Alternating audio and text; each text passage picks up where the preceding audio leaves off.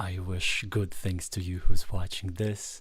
I am Alexey, and we're having a very special AZUL stream today because with me is the reigning and currently the only world champion of AZUL, Sunny Cheng, also known as Sunny369 on Board Game Arena. Hi, Sunny. Yeah, hi everyone. I'm Sunny. Yes. So for those of you who don't know, an AZUL World Championship is a thing as of 2024, organized by Plan B Games, who published the game. It first happened online. All the qualifications, all the qualification events happened online, and then the 8 strongest players met in Portugal to play a bunch of games and decide the actual winner. And what's interesting about the championship is that all the games were 4-player format, and it's something that I have never covered on my stream before. And we're going to talk a little bit about 4-player AZUL strategy. We're also going to talk about 2-player AZUL strategy. Basically, the main thing is, like, we have a couple of things planned, but this stream is supposed to be semi-improvised. So if you have any particular question, you have like a unique chance to pick the world champion's mind, AZUL related preferably, or actually board game related in general, because Sunny is a multifaceted mind sports athlete, and I believe like AZUL isn't your first, like isn't your main game even. Yeah, but close to. So is your main game Agricola? I would say I'm better at Lost Ruin of Alag. I love Agricola, but I'm not really that good on that because it's like so complex. Well, and of course, yeah, Sunny's also can be known as a Carcassonne player, as member of Team Hong Kong at the World Team Carcassonne Online Championship. Hi Elias, thank you for roasting us we were 3 minutes late. Like, it's not such a big deal. Oh, hi Self-Evident. I see somebody else is into Agricola as well. Sunny has been trying to convince me to learn this eventually. I will think about this. But anyway, here's what we're going to do. So we are going to start by just playing a game with Sunny's commentary and my commentary as well against like random opponents in Board Game Arena. But what we're also happy to do, we're happy to play against you. So you can just write us in the chat or maybe later send us challenges on Board Game Arena for playing games against us or against my and Sunny's combined mind. But also, if you are an AZUL player yourself and you want your game analyzed, we can also improvise that a little bit. If you just make yourself known in the chat and send us a link, then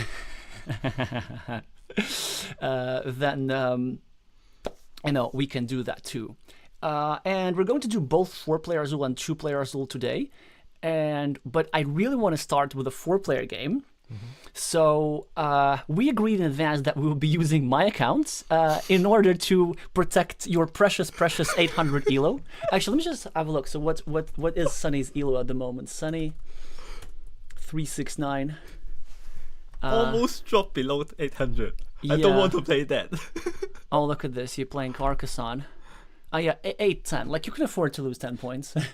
But in a 4-player game, if you get the 3rd place, then it's pretty much like gone. I know.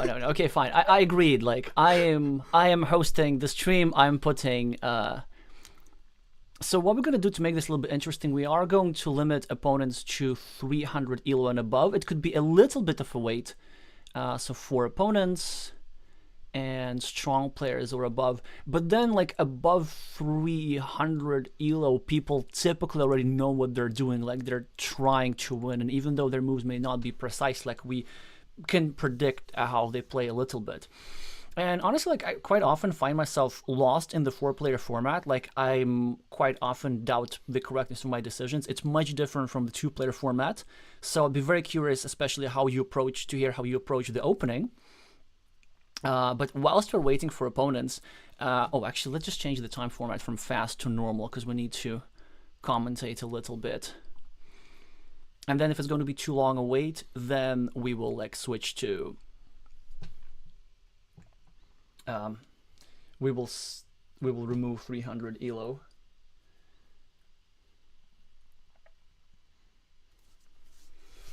So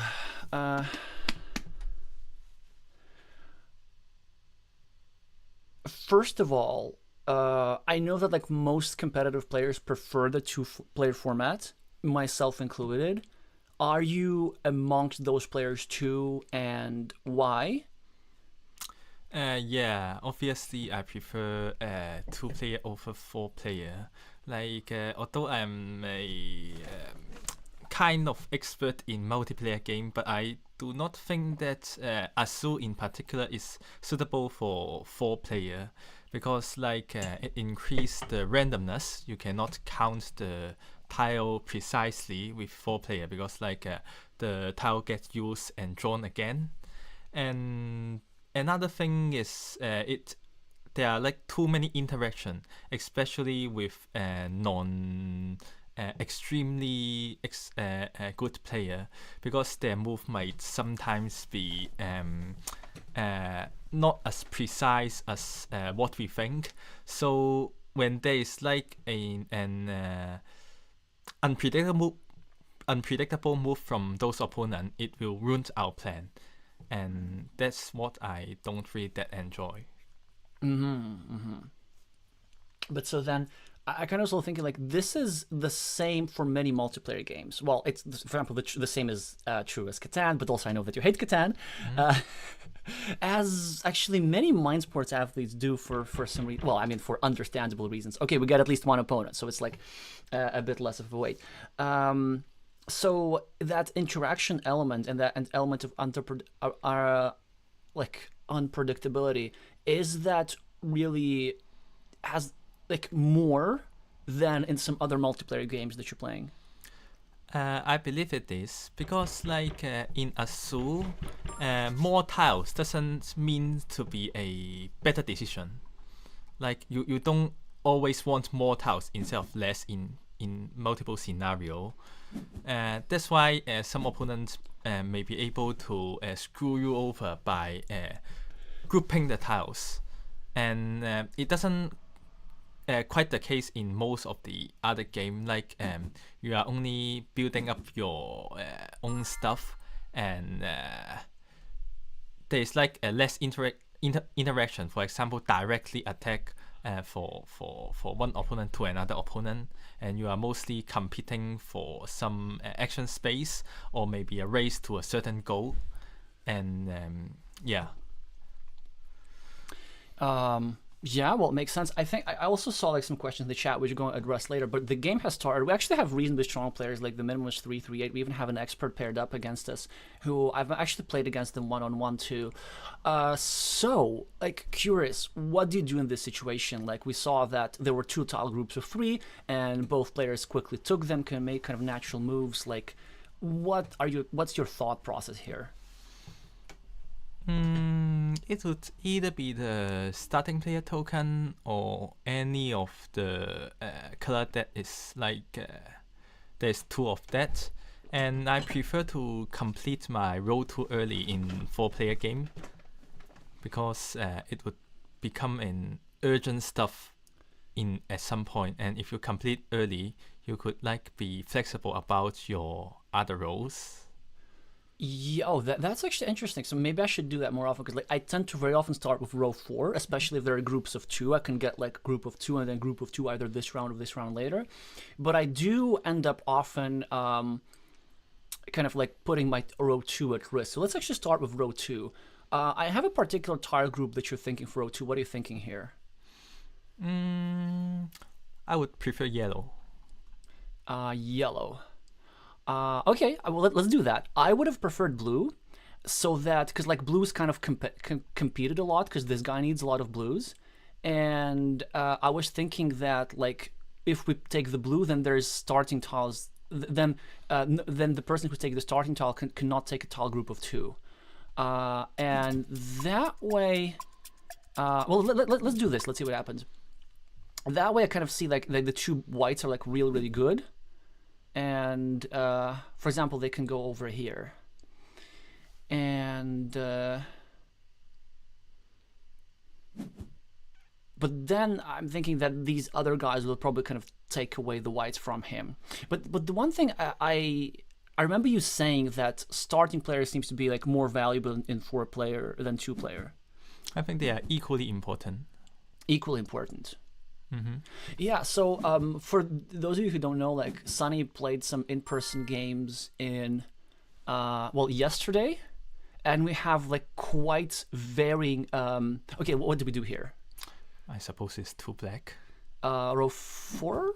I suppose it is. Yeah, because we can just later complete row 4. And I also see that we're sort of competing for the same column with this guy, but he's actually very close to completing it. So maybe he can just have his 2 reds, and we can have his other reds in the round. And nobody else actually needs reds that much, which is kind of nice.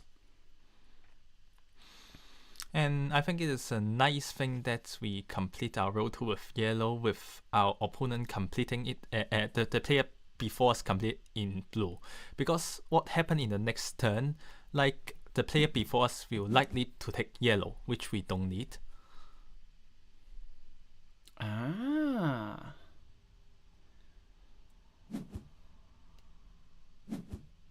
Okay, so do we just complete row 4 here? I believe so. Yeah. And then we might even get some whites or reds. And I mean, we're definitely getting something for row 1. Mm-hmm.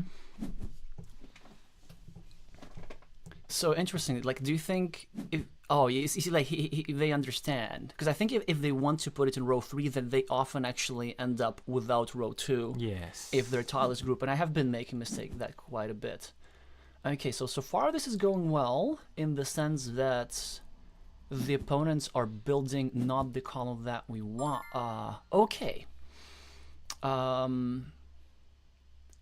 Do we take the 1 white for row 3? Do we take the 1 red for row 5? Do we take the 1 red for row 1? Do we take like a gold for row 1 to make sure that there are 5 groups in the center?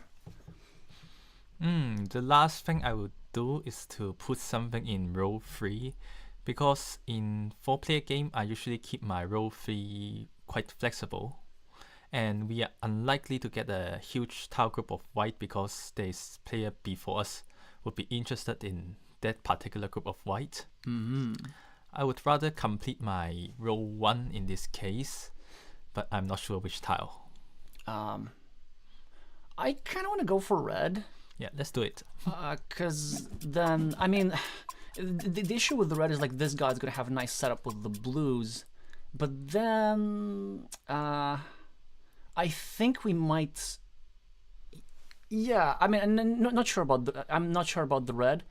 But let's say if we were to complete this with 1 gold, would you put 1 red in row 5? Okay, what was that? Why would they do that? Why would they do that? I have no idea. So here, do we discard the tiles, or do we like just build column 1 instead? I prefer discard. Okay.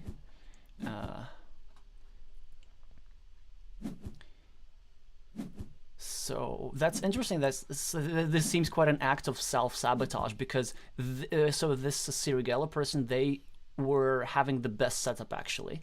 I would say over all of them. And if they were to have 2 blues over here, they would have the 2 blues right now because there's 2 groups of 2 blues. Oh, actually, let me use this, of course. Yeah, I forgot that I can draw.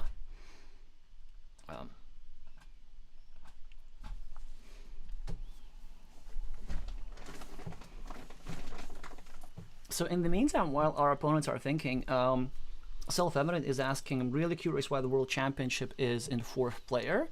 We were also curious too, but it just seems to be a main kind of idea of the organizers. And I think it's done for publicity reasons. Like if you show Azul as a game which is played, with a lot of people, as many people as possible. So it wasn't... it seems to be more of like a publicity decision, but it is being discussed that maybe the format could not, well, it's not going to necessarily stay the same. So I see reds, I see whites for row 3, I see blues for row 2, I see blues for row 3, I see all kinds of things. What are you thinking here? Do you still prefer completing row 2 early? Yep. Especially we want to complete with blue, and our opponent needs 2 blue before us. I mean the opponent. Because others need them. How do you feel like grouping the whites in the center, or do you just prefer doing this? I didn't have time to think of it. Yeah. I like, this is just my intuition.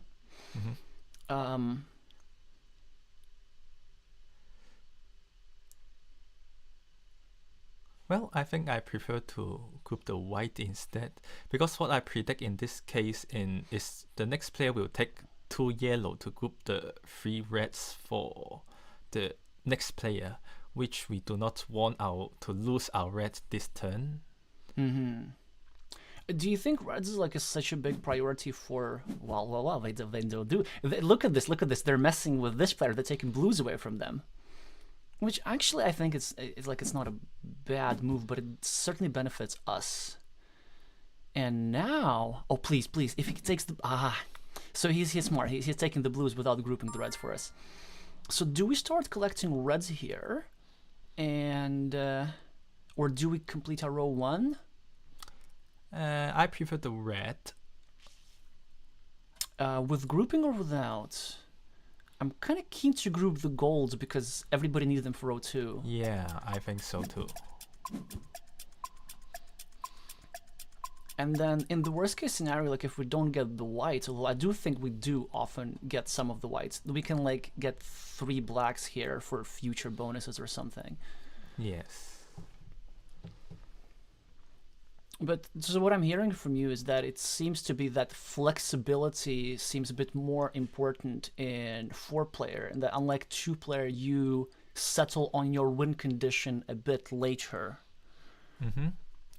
I think it is mainly because we get a lot more resources in 4-player comparing to 2-player. Okay, I'll settle for 2 red. Yeah. Just to mess with us, but it's fine. Like we get 2 reds, it's not such a big problem, and there's still 3 whites, and like nobody really needs them that much because like this guy is more intended to take gold. I think they should be more incentivized to take gold. And this Gaz QAZ player, they need whites for their row 5. But I don't think he have enough action to actually fight for that. So we can take blacks for row 3. We can take just 1 gold for just to take care of row 1, and then be okay with whatever comes. Yep, I would love to do that. This one, yeah. Yep. Perfect. Or maybe even the another one. So what's the benefits of the other one? And not giving 1 black to our next opponent. But they still have 1 red though. Yeah, but black is better. But we need the red. We literally need anything. Like we prefer 4 black over red. We prefer 3 white over black, or even those group of yellow. Yeah, the group of yellow I don't mind, but like this show, sort of one of the reasons why sort of my instinctively I kind of went for the other plate is maybe I even want them to take the black so that we don't have to drop the black in the floor line.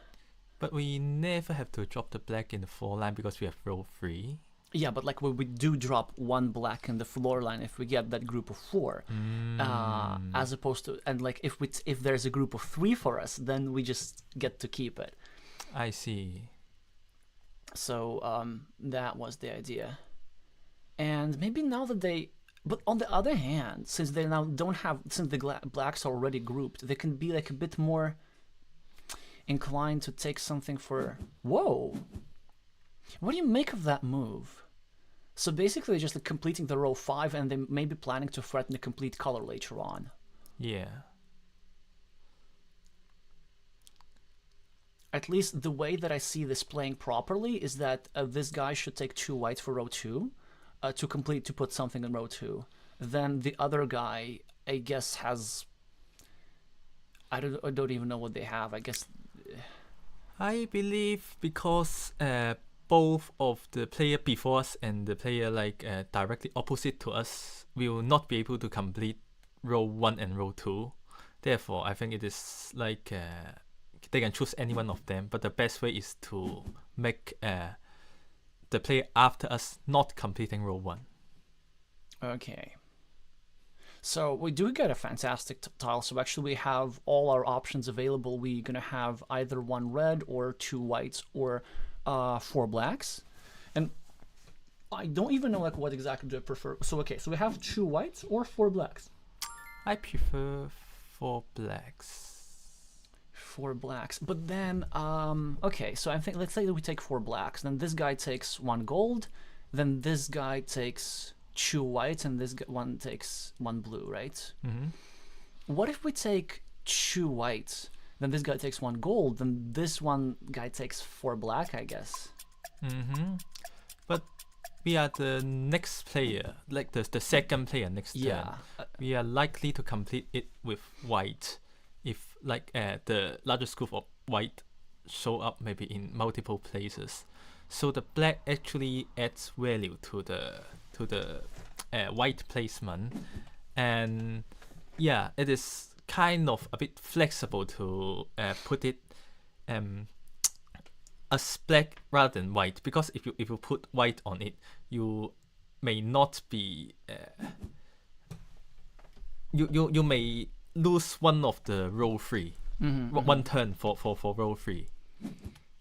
Yeah, in some in most scenario, but I'm still don't actually know if this is the correct way or not. No, I mean, like, the one part that I do like about blacks is that, let's say, in the event if we complete reds very early, blacks sort of give us the backdoor threat for complete color. And also, like, nobody's really needing blacks because nobody's building column 3 for some reason. Well, there go our 3 whites. Okay, so now we could, I think, either take the reds, or we could take the starting tile, actually, for row 1. Or we could... I know, do you have any other ideas? I think...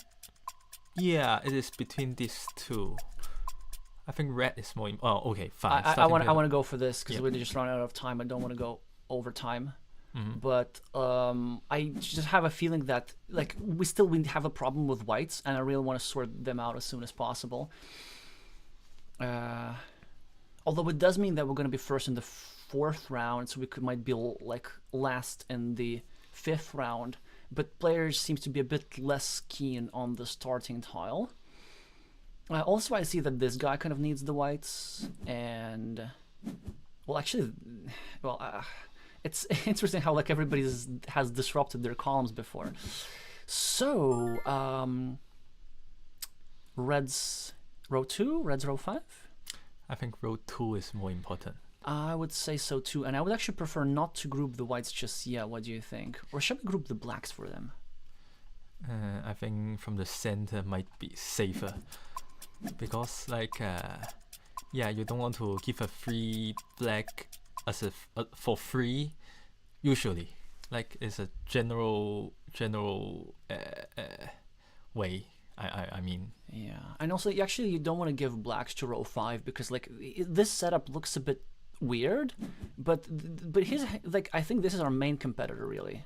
Yeah. Because he's threatening a column now, and because of this early row 5 over here, he's threatening complete color, and complete color comes with adjacency bonuses too.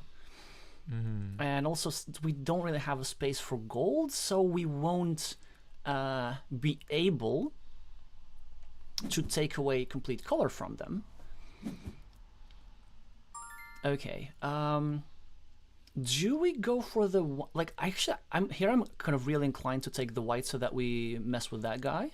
I agree. Yeah, and then we will probably have 1 more white because nobody else needs the whites. Yeah, and if we doesn't get the whites, we get a large group of red. Yeah, and so at least we get to free up our row 5, and then there's kind of all kinds of threats. So we could either, maybe if there's a lot of blacks, we can actually threaten complete color on the blacks. Vika is asking why not wait for 2 whites in row 2. So her idea was like, if we place the 2 reds here, and then maybe we could have wait for the whites to row 2. Like, and then have this 6 points over here. It doesn't matter when you put the white there, right? I don't think the timing matters, yeah. Yeah. So then we can just put this in a later round. Whereas opposed to here, our ideal scenario when we finish this column, right, is that we complete the white first and then the red.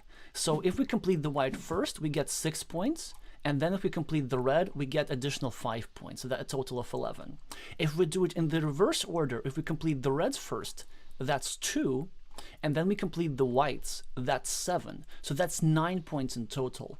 So even if we place the exact same tile groups over here, but we do them in different rounds. Oh, look, somebody's close to complete color. Actually, that's would be a bit of a threat.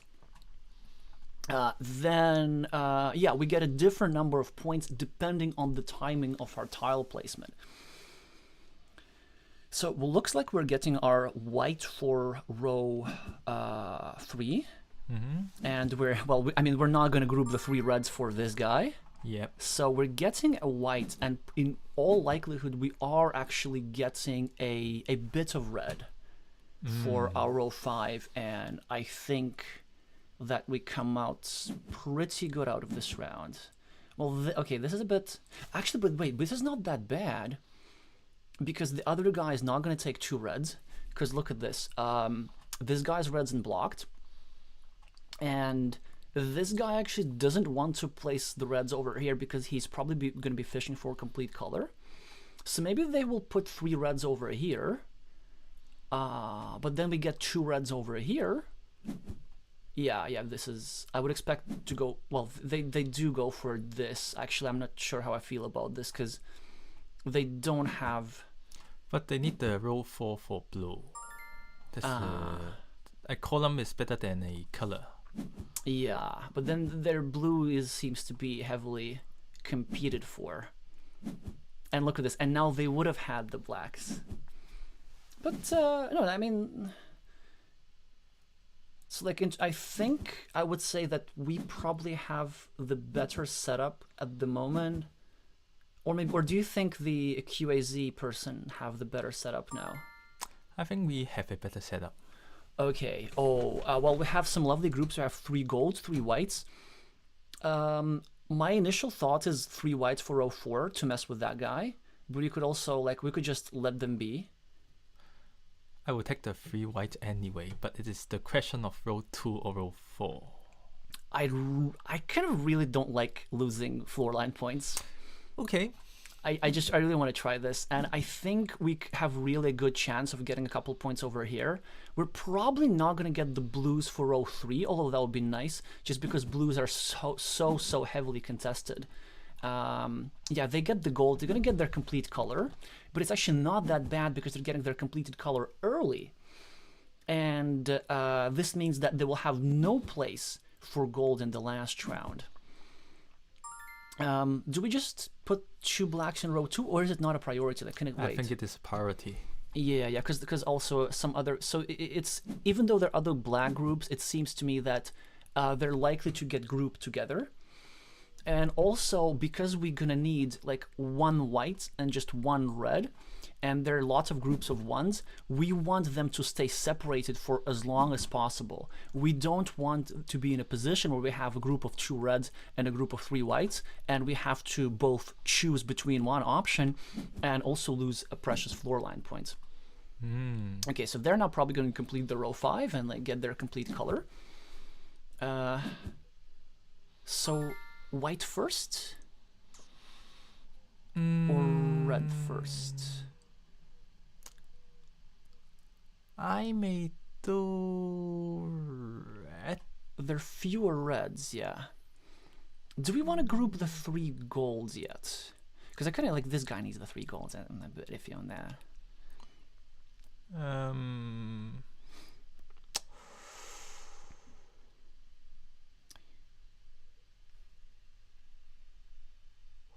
Hai Wong Agatha.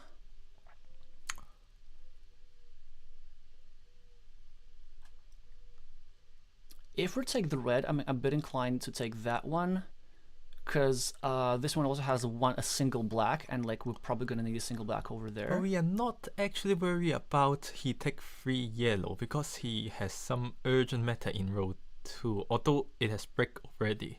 Yeah. Like it isn't a huge advantage for him to getting 3 gold. But I also kind of like the idea of us getting a little bit of something on our last move over here. Then let's get it from there. Yeah.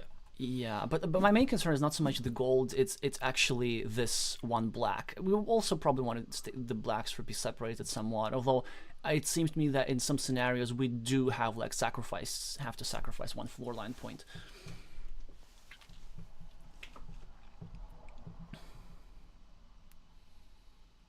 Well, actually, yeah, that like QAZ person looks really scary, because well, at least we're moving before them. But they have a completed color already. They're the same on the scoreboard. They don't lose much on adjacency bonuses. Yeah, look, so they going really greedy. They're leaving their row 4 open, and this guy is forced to complete their row inefficiently. Do we take 1 black, 1 white? 1 white. Yeah, I think the normal one, right? Or do we actually? It makes less difference, I think. Well, there's a bit of a difference. So if this guy's cooperative, let's say if we take 1 white from here and so 1 white from here and we move it here, then maybe they can take 1 black from here and group 2 gold, and then this guy takes 2 gold, and then this guy's left with no gold. But it's kind of relying on other players, behavior, which is, I don't think, something that you like doing. The main concern is I do not want to like group both the black and white that early, because we need them in row 1. Like there is some scenario which all of the play group together and we will have to lose floor line points for row 1. And taking from the center will almost guarantee we at least do not lose floor line points. Or not. If they take 1 white, 1 white, then we still do, but it's very unnatural. Yeah. So Elias is asking, are you two competing in the in-person MSO? I first am going to answer to myself, yes. In August, in the in-person MSO in London, I'm playing Carcassonne, AZUL, Scrabble, and maybe something else. What about you, Sunny? I would be in the MSO and probably going for almost all kinds of multiplayer games. I would really love to play in AZUL, but unluckily it seems to crashing with one of my other favorite game, which is Gaia Project. So I will not likely to be playing in the AZUL event this year. Well, it makes it a bit easier for me. So in the meantime, I see that actually our opponents have a combination to hurt us on the floor line. I think if they play their hands correctly, they can actually, I think this is what they're trying to do. They can actually no, it's not going to work now. It's not going to work now. Because this guy's going to take like any one of those and we just have 1 black if we want. And also, this guy is not going to be able to complete the row 5 just yet. I think they're getting only 2 whites. And I think this guy's getting 1 white or something. So, do we just take 1 black? And then this guy gets 2, and then somebody else gets 1, or at the very least. Yeah, I think this is the best. And not to forget, we are also in a complete color threat, or it is also at the same time a second column threat. Yes, actually, that's very neat if you can sort of mesh together a complete color with a second column. And I've noticed that most common, if you get a complete color in a second column, it's like the blue, together with column 4, column 5. But this option is also possible because at some point we decided to just take a little bit of this well, actually this has already served us. It's given an extra adjacency bonus over here. Okay, so now I think the way this goes, this guy gets 1 white, obviously. We discard 1 red, I think. I don't see the difference between red and yellow, but I see a difference. Like he can so my logic is that he can get like 1 red here and get lucky. Yeah, sure. And maybe now we can entice them into making a mistake. If they don't want to lose floor line points, they will just take. I mean, obviously they're going to discard one yellow, and the other person's going to discard the 2 whites, 2 blacks. So this round has seemed to have worked out okay. We took the heavily contested blacks. We finished our column, unlike anybody else actually, even though this person's really close, and I think they're in a, well, pretty much good position. So we have the same points, but they already have the complete color.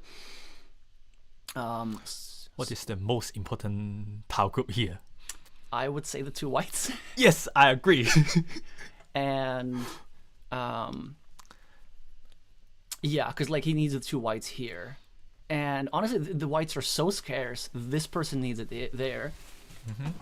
And we also need it for our row 1. yeah, we also need it to our row 1. So basically we now pray that this person doesn't decide all of a sudden to say 2 whites.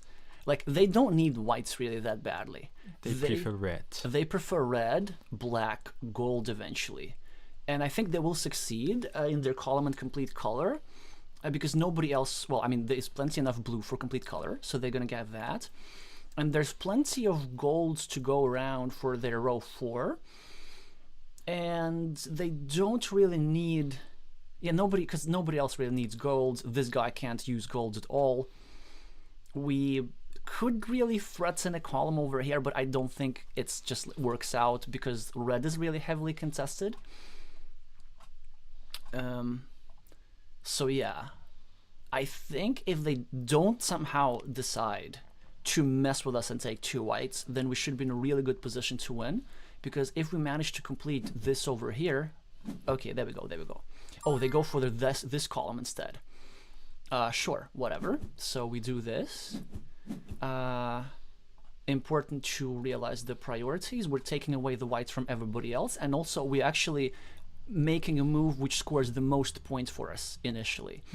So it's a 10-point move because it's 5 points for the here, 3 points for here, plus 2 points for the color bonus. Okay, I see the blacks being grouped together, so maybe there's like some.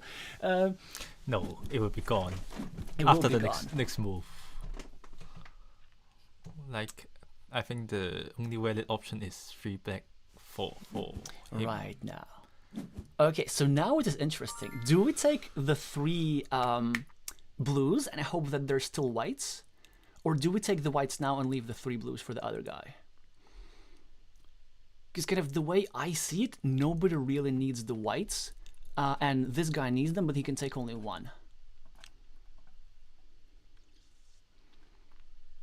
So I'm like a bit inclined to do some gambling, but it's up to you. It's up to you.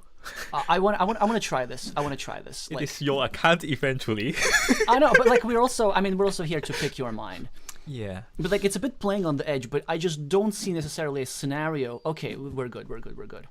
So like nobody's breaking whites for us. Because the way I think about it is we could get 3 blues with 2 actions anyway, if we want. Yeah, but like I kind of like doing like things with 1 move if possible, because I noticed the thing with 4-player Azul, you typically get fewer moves. Yes. So like very often you get as little as just 4 moves per round. And for now we've made 2 moves per round and like incredibly efficient. We got 17 points with just 2 moves, and with the 3rd move, no matter what, well, I think. Yeah, like there's nothing I think that Sirigella can reasonably do for themselves. Yeah, okay, it's this. And this guy, we can actually, like, in some scenarios, we even get, I mean, it's not going to happen because he's going to take these. But in some scenarios, we, like, even get to threaten something on row 4. And technically, we still do. We have this group available. Well, we can have some gold. So, grouping or no grouping? That's a tricky question. I have some thoughts, but I want to hear yours first.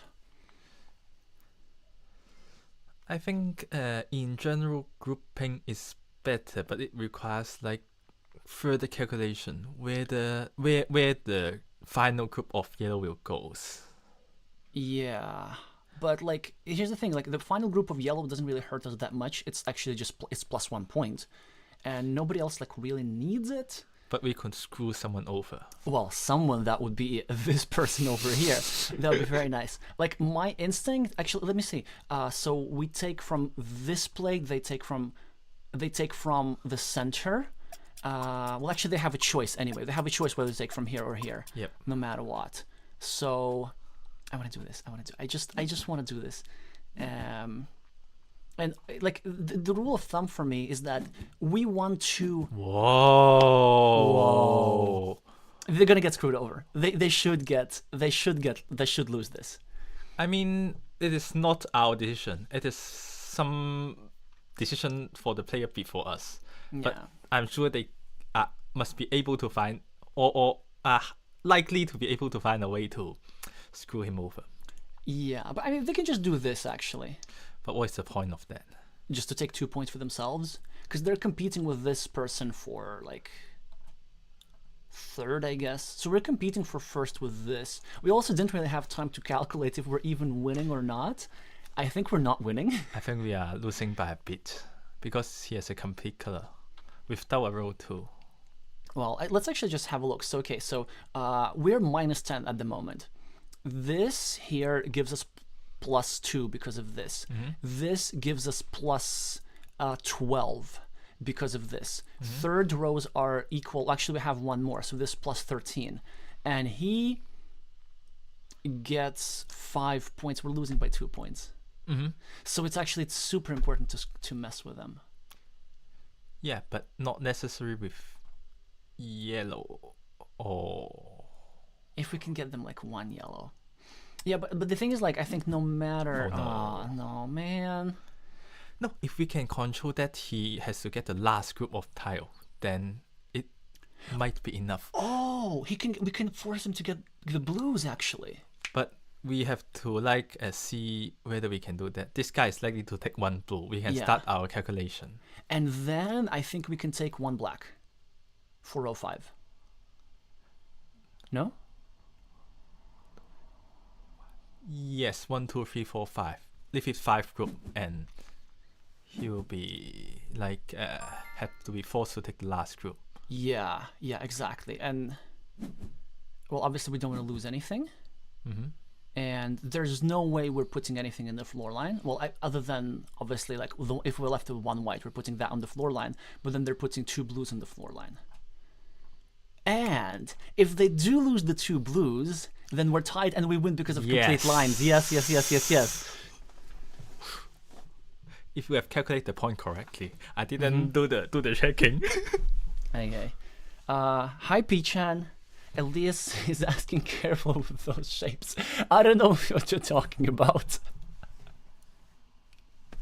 Are you doubting my talent of a visual artist?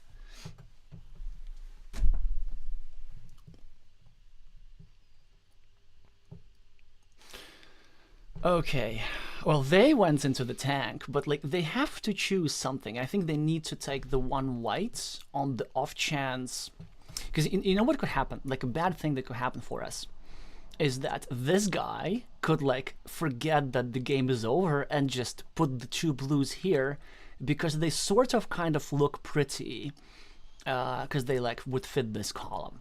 Like this would be the kind of thing that would. But if they have to do a careful calculation, I think 2 black may be the move for them. Because in the case that the leaving group is 1 white and 2 blue, we cannot take 1 white for them. Well, I mean, we have to take 1 white, but then we still lose by 1 point. Yes. Like 1 white is like the only harmful group to us, so he should leave it there. Yep. Ah, no. Strong player. Yeah, that's unfortunate. I mean, their elo is pretty decent. And look at this, with the just jointed 5 golds, like just to have that threat of complete color, it's actually quite powerful in the game. So I think, unless the other players make a mistake, which we hope for so much, then we will be losing this game by. I don't think it's a mistake. It's a choice of letting who wins. I mean, like if they decide to take away the blues or the white, it basically decide the winner of the game. No, I would say I would think that it's a mistake because like they would probably want because they want to reduce the total points of their opponent. Like if you're playing in your self-interest, and so from their perspective, if they leave the whites and the blues, then we lose 1 point and QAZ loses 2 points. So it's like messing with both of us. So that is, I think, kind of nice from their perspective. Yeah. Yes, let's go. Thank you so much. Just don't take the 2 blues away. There is no point for you to doing so. exactly. Like unless, but this would really be like the like classic inmate. I mean, he's not. Yes, let's go. Sirigella, you are the best. And the reason why they did that, by the way, I think they took 1 white because it neatly looks over here. Yeah, but the same thing for the blue. Yes. Okay, but maybe they recognize that they can like hurt them. It's like I sort of feel for this guy. Like they calculated everything perfect. It was a very strong move. It's actually a counterintuitive move because you think that you want the white first to have 2 options over here, but they realized it was a really good decision that they took the blacks because they calculated that if all players play properly, we discard the white and they win by 1 point. But oh, I love when such an ex machina happens. It is quite. I know it's quite unpleasant for them to be on the receiving side of this. Ooh. Elias is saying if you have to choose which opponent wins, you usually go for lower elo. Let me think if that checks out.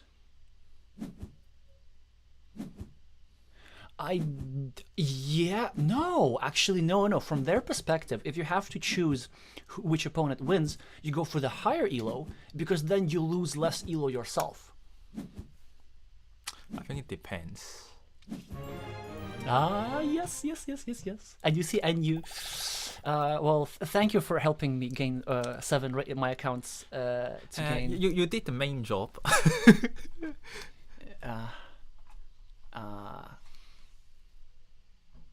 Oh yes, it says green is gonna block. Third and third will decide the win. I still win.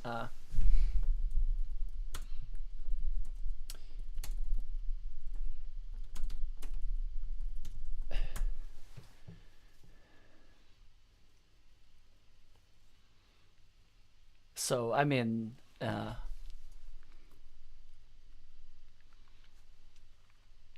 one of those situations where. They did deserve a win, but I don't care. I will take an undeserved win any day.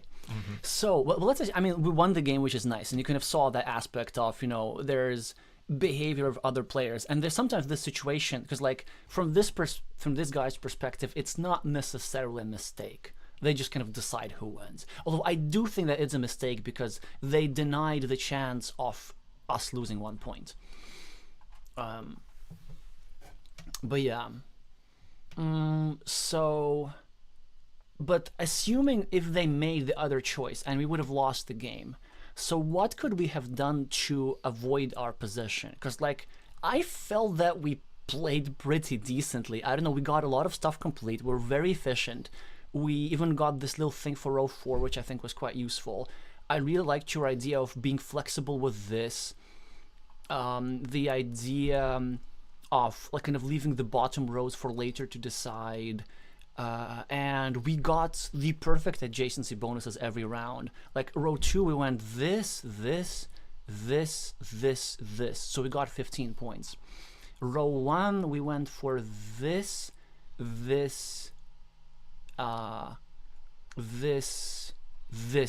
so we got 15 points too.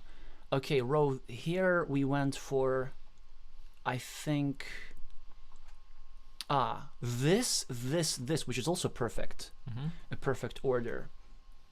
And then we completed row 4 before we completed row 5.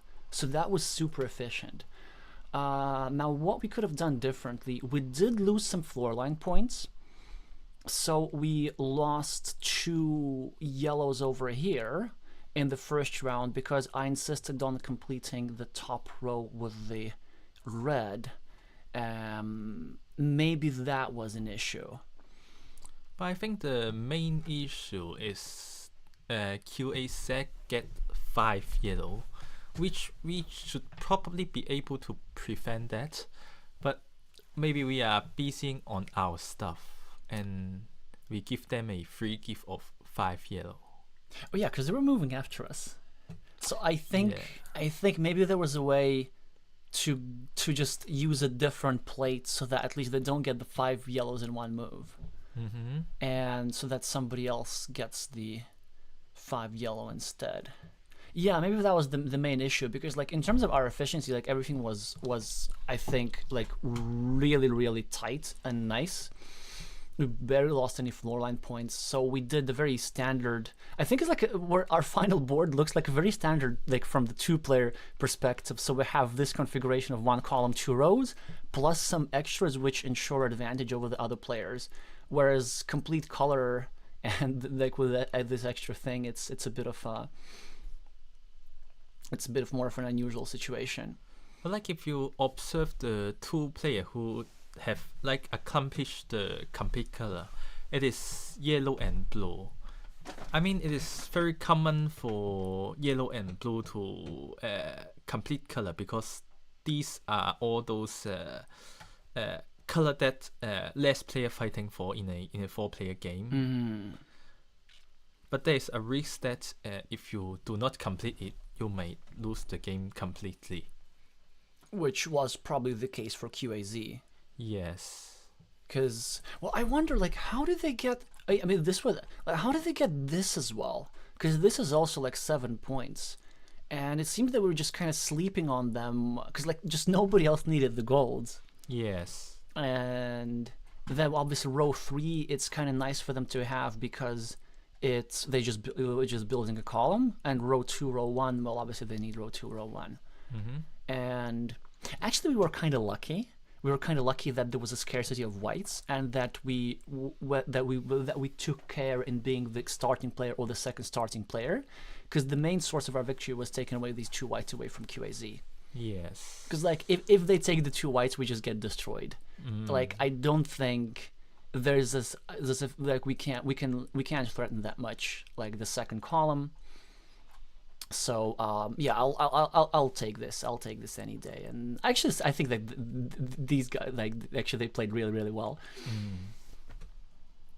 So well, yeah. Well, for those of you who are interested, this is what the 4-player Azul is like. So one thing that I was almost like very skeptical about the format initially. One thing that I do like about this is that it involves some calculation which doesn't exist in 2-player. What I like is that there's more variety for win conditions. Because 2 players, like it's very often 1 column, top 2 rows, and extras.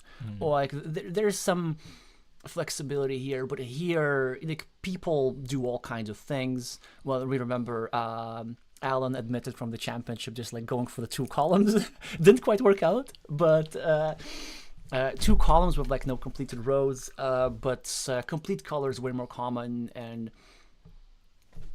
yeah, there's just like more variety as well. And some of the negative aspects would be like the unpredictability, like the fact that you can start a combination, but it requires other players also knowing how to act in their best self-interest in order to make it work. And as you see, like they found the best move, but it wasn't enough. It wasn't enough. Oh, I'm so happy about that.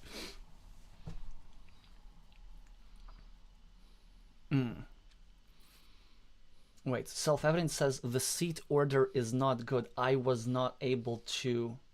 What do you mean I? Maybe QAC is self-evident? QAZ from Armenia. Wait, but I've played with them actually quite a lot. French, Armenia, Yahtzee. Nah. Okay, what's their Azul win percentage? 89% wins. Yeah, it could be. Carcassonne and Azul, yeah, probably it is self-evidence. Finally, he don't use a name with self-evidence, maybe 5 or 6. Okay, so I think this kind of explains why they played this well. Yeah. So I was kind of like really impressed. Wait, what's the We must have played before, both Carcassonne and Azul. No, we just played this one. So I know this player because we played like Carcassonne games quite a lot, but not so much Azul. Ooh, that's a great question. Was there table talk in Lisbon, or were everybody quiet? I think we were actually forbidden from table talk. I think so for any competitive board games. So it's like I think it was like one of the few things which are actually explicitly in the rules, so that we can say things, but we can't say anything that would try to convince somebody or guide another player's actions, or like, you know, like when somebody takes like 3 blues, you can't say like good move, or, you know, like you shouldn't do anything. Sometimes like we would sort of visibly show our reactions. So I got away with like a row 2, which I shouldn't have gotten away. So basically, like another player should have blocked me, but they didn't. And then like Sunny, you started sort of taking your head like how could you make such a mistake? Yeah. So yeah, that was forbidden. The one thing that wasn't forbidden is that you actually had to announce your action out loud. So every time you take a tile group, you take like 3 blues for row 3. So that there is no like takesy backsies and like any sort of misunderstanding as to what the player intended to do. So it's actually your word was final as opposed to what you do with your hands, and what you do with your hands is needed to match your words. Yes, in 4-player table talk could be important, but that's sort of the whole point, is like you need to, like the way you communicate is by your moves. So if you start, let's say, like a blocking attack on, let's say, a player who's in the lead, then the others need to understand that it's a good idea. And that's pretty much it. One thing, like, you see, there's still, I thought there would be less blocking, but there's still indeed some blocking in this game. So we recognize that QAZ was sort of our main competitor, and we took away the whites from them in round 4. I think that ended up working out a little bit because they had the row 5 occupied and they needed to spend some moves there. And also your idea, we sacrificed 1 black for the floor line in row 3 in round 2. So that they don't get efficient building on round 1, and I think that worked. So even though we took 1 negative point extra, they took more losses because of that. So, yeah. Well, anyway, there are a variety of things that we could do next. Probably at any point, I would be happy to play any of our viewers if somebody wants to play like a 2-player game, but we, Sunny and I, will be communicating. So we can either do some more 4-player, with either random opponents or our viewers, or a combination of the above. Or we can play a 2-player game right now, like with a random opponent, and commentate on that sort of live, and then just try to show the difference of thinking. And self-evident saying Catan is a king-making game. I know that Sunny probably agrees with that. I agree. Yeah, I don't. There's like so when everybody in Catan understands what they're doing, then this game is like quite beautiful and complex, and not particularly king-making or luck. But it's kind of like requires all 4 players being good at Catan. Okay. Oh, Agatha. Perfect. What's your screen name? Tabby Brown. Oh, okay. Perfect. So, normal speed, yeah? Yeah. Wait. And then there's a thing between Tabby.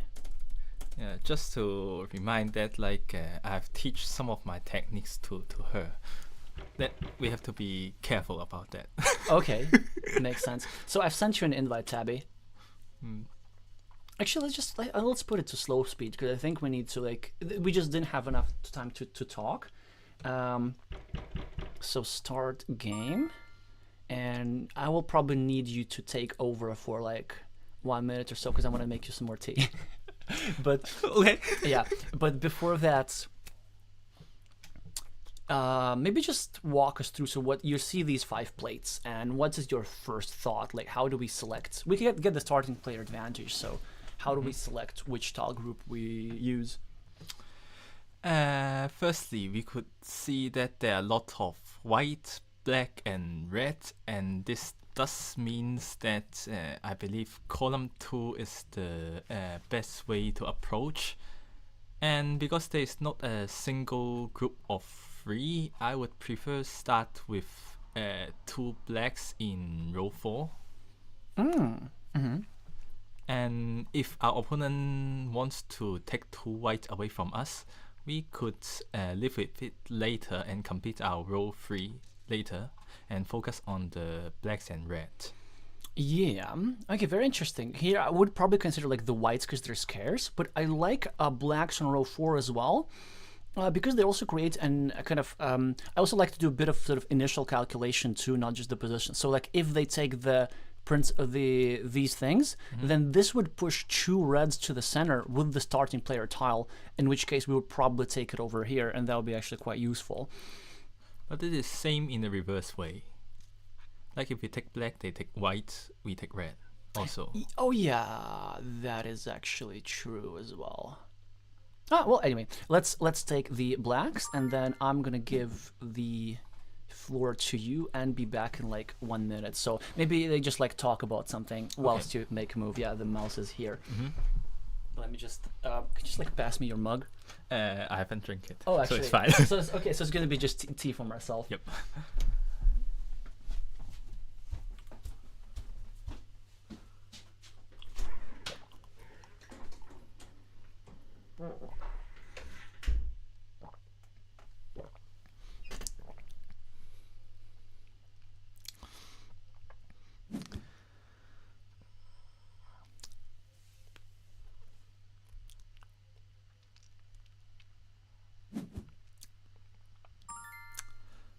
So let's see what Tabby does.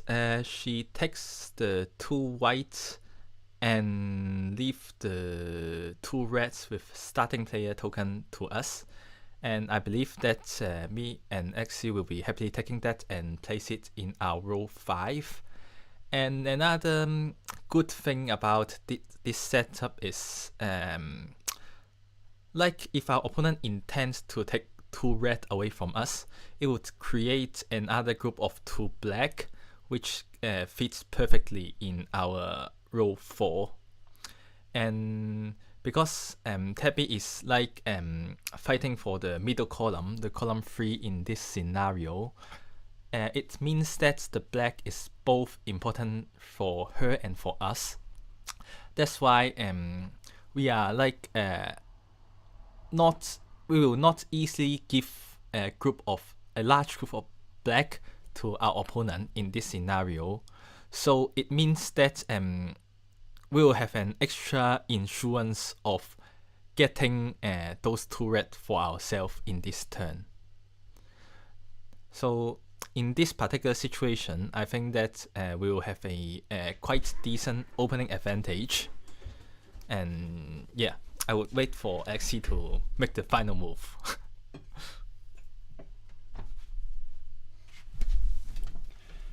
Oh yeah, well we do get row 4. Actually, that's kind of interesting, because so like Tabby doesn't want to compete on the same column, knowing that. But it is like almost the same column because we both need black.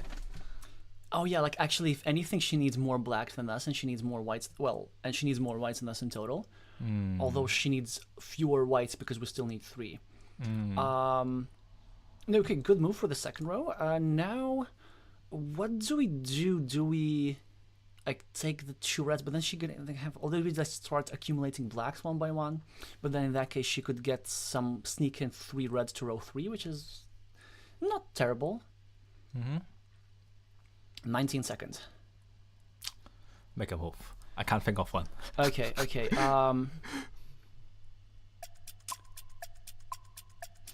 Intuition just tells me this. Like I know maybe that's bad. Maybe that's bad. That's probably bad. I think that's bad. Yeah. Maybe I will take 1 white from the center and place it in row 1. Can you actually do that now? Yeah, but the situation doesn't look that great. I know. But I don't want to, like, we want row 2, and we don't want Yeah. Tabby to, so Yep. just like, we need to do this.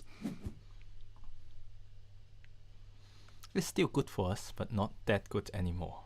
Yeah, but the thing is, like, I know it's maybe it's fine.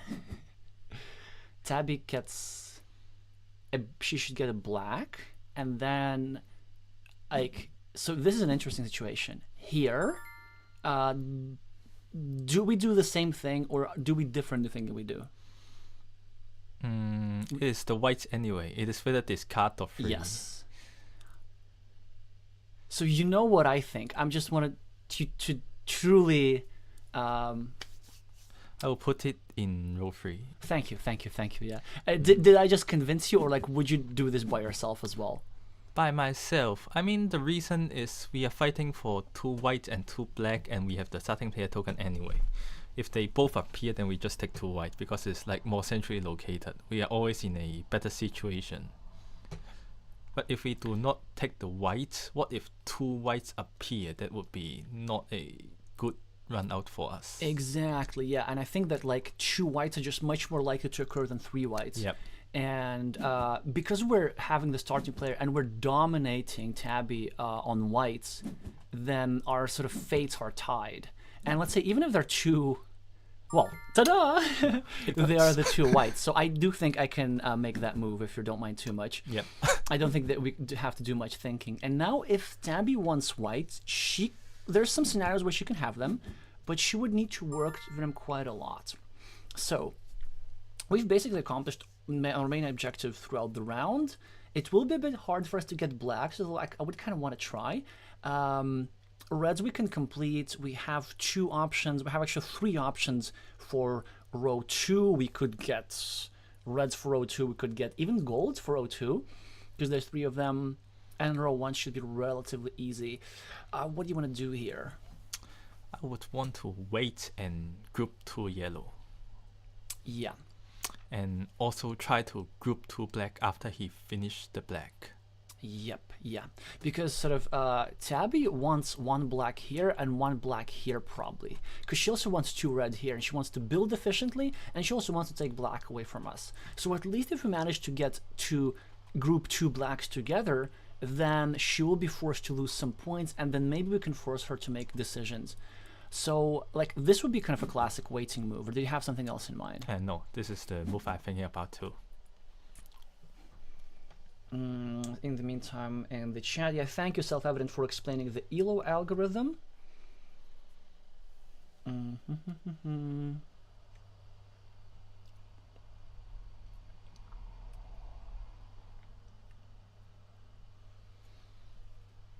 Yes. So basically, the way it's counted, ELO in 4-player games, it's counted as if you just played a game and one-on-one game against each of the 3 opponents. So if you're last, it's very bad, because you just, like, it's the same as losing 3 one-on-one games. I remember when I sort of played 4-player Carcassonne for fun, I lost 80 ELO in 1 game. Oh, that's bad. I mean, it's like, it comes back. Okay. So, ooh, blues are kind of a bit of a threat. I don't know.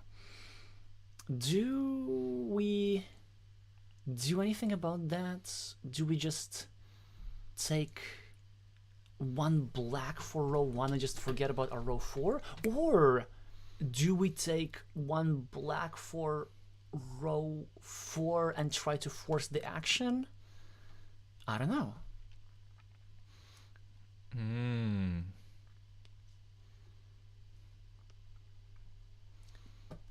Is there any reason to discard 2 blues just to prevent Tabby from completing row 3? I don't think that's a good idea, because he could use, like, let's say 2 blues for row 2, like the remaining 2 blues, and group the 4 yellows for his row 3 anyway. Oh, right. Yeah, there's also this actually idea that Tabby could have. I have an inclination to do something in particular here. I'm kind of thinking between just trying to force the action with this, or doing another waiting move with the gold. But I think if we do a waiting move in the gold, then just like Tabby goes here. Yeah, I don't want to take the gold because I want 2 gold in this case. Yeah, but the idea like to do a super waiting move, 1 here, and then wait for the other 2.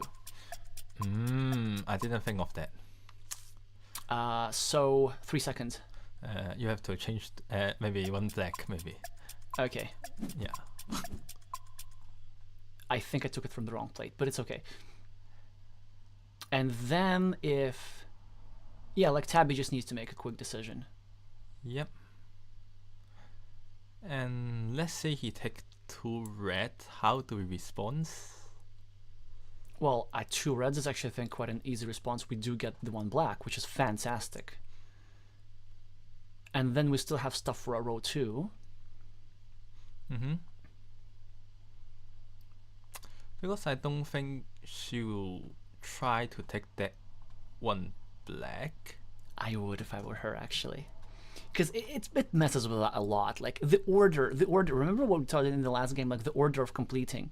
If we get this, or even if we get this, the whole point of like, if we manage to complete the blacks before or in the same round as reds is the most efficient point scoring. We get 15 total points for adjacency bonuses. If she disrupts us, that's a loss of like 3 points. But she doesn't do that. Okay.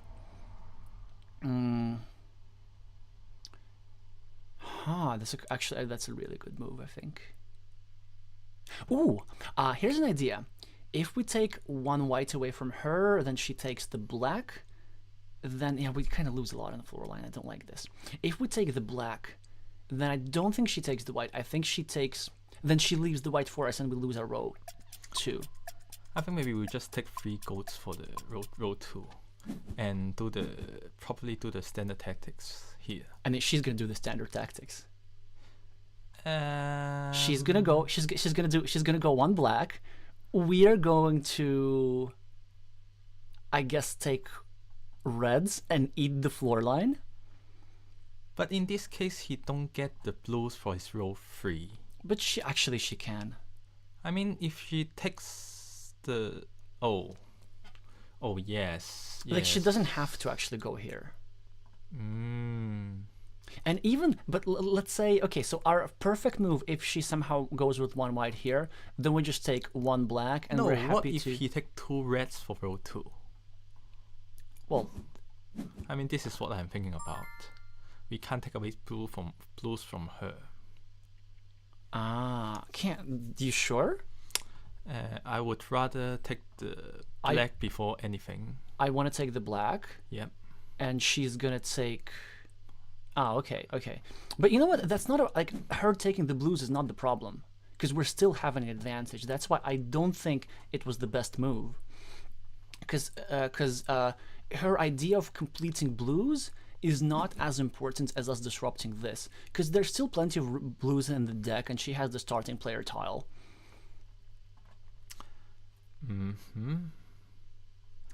Now also, I think this is the wrong order. He has to take the blue first.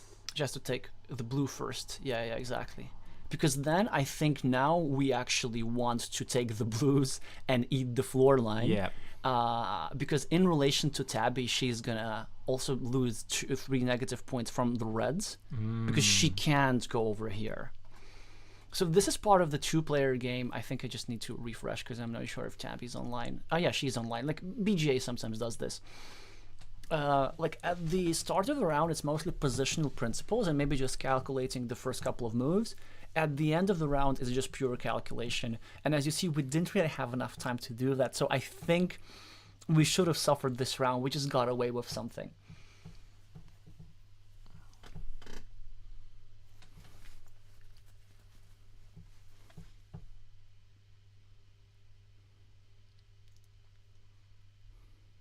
No, Daniel, I didn't mean 18, I meant 80 ELO. 80 ELO, as in 80. Because the thing is, like, you kind of forget when you have 800 ELO in Carcassonne. You No.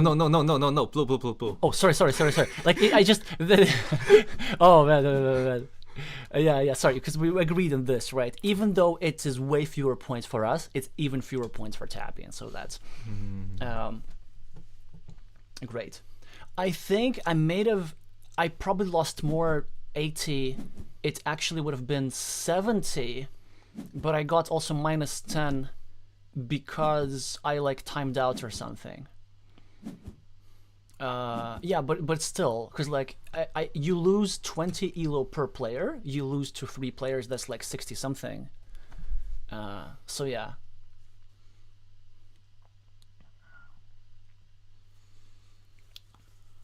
Vika is saying, are there general tips for the order of completion? Do you just count the points you get in every scenario and take the highest number?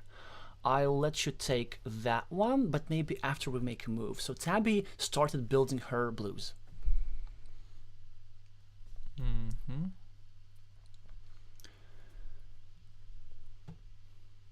I see a variety of options. Can we try to, like, no. Yes. Yeah, go on. I'm thinking that if we force her to take the blue, can we do something like group the whites together? But there are just too many groups of whites, so no. But like the forcing with blue, I really like it because it also takes away her row 2 options. It also gives us the starting player tile, and it also gives us a column, like another threat maybe. And the thing is, like, this is such a great runway for us because we're not gonna eat too many floor line points because we always have this 1 red for the top row to bail out if we want. Because Tabby doesn't need the red anywhere, and so if she wants to take away a row 1 option, she would need to discard this. So we should go with 1 blue or 2 blue. I think 2, because I think we want to have more of them. But our opponent will want to have less of them. That's true. But now it's like it's an annoying position for Tabby to be in. And another option that I was considering of just taking 2 whites for here, because it's the better adjacency bonuses, and maybe just having blacks here. But now I think row 4. 2 No? or 4. We can threaten a second column. Okay, fine. Like it's so lovely because now her proper move is to take 2 these guys. No, he don't need it necessarily. She could take the 1 white and force us to take the 2 whites for row 2. Is that? It's not forcing, I think. We lost our row 2. I don't want to do that. But there's also blacks. But Ooh. I mean, if he take the 1 white, then there's 4 blacks. Okay, how about we take 2 whites, she takes 1 white, we take 3 blacks, and she loses her row 1. Or she takes the big one and discards, and we take the 1 red. But what if he takes 2 blacks and row 1? After we take 2 white, then we lose our row 2. But then she, I kind of think it's worth it because then she loses the efficiency here. Then how about we take the 2 black to row 2 first? Okay, but then she's gonna take the 2 whites for row. But I think we're okay with this actually, because then if she takes the 2 whites to mess with us, we take away her black. We take away her black, exactly, and we're having a standard tactic which we're quite happy with. And also we're the starting player and we're quite efficient. And even if we don't finish the second column, we're actually way ahead of Tabby on adjacency bonuses here. It's like we're having, well, like we're 4 tiles ahead already. And even though we're completing blacks here in a somewhat disjointed manner, we're just only losing 2 points by not having reds or whites over here. But giving that 5, 7, 9, 13, 14 blacks already out, it's actually quite nice to solve the problem of blacks a little bit early on.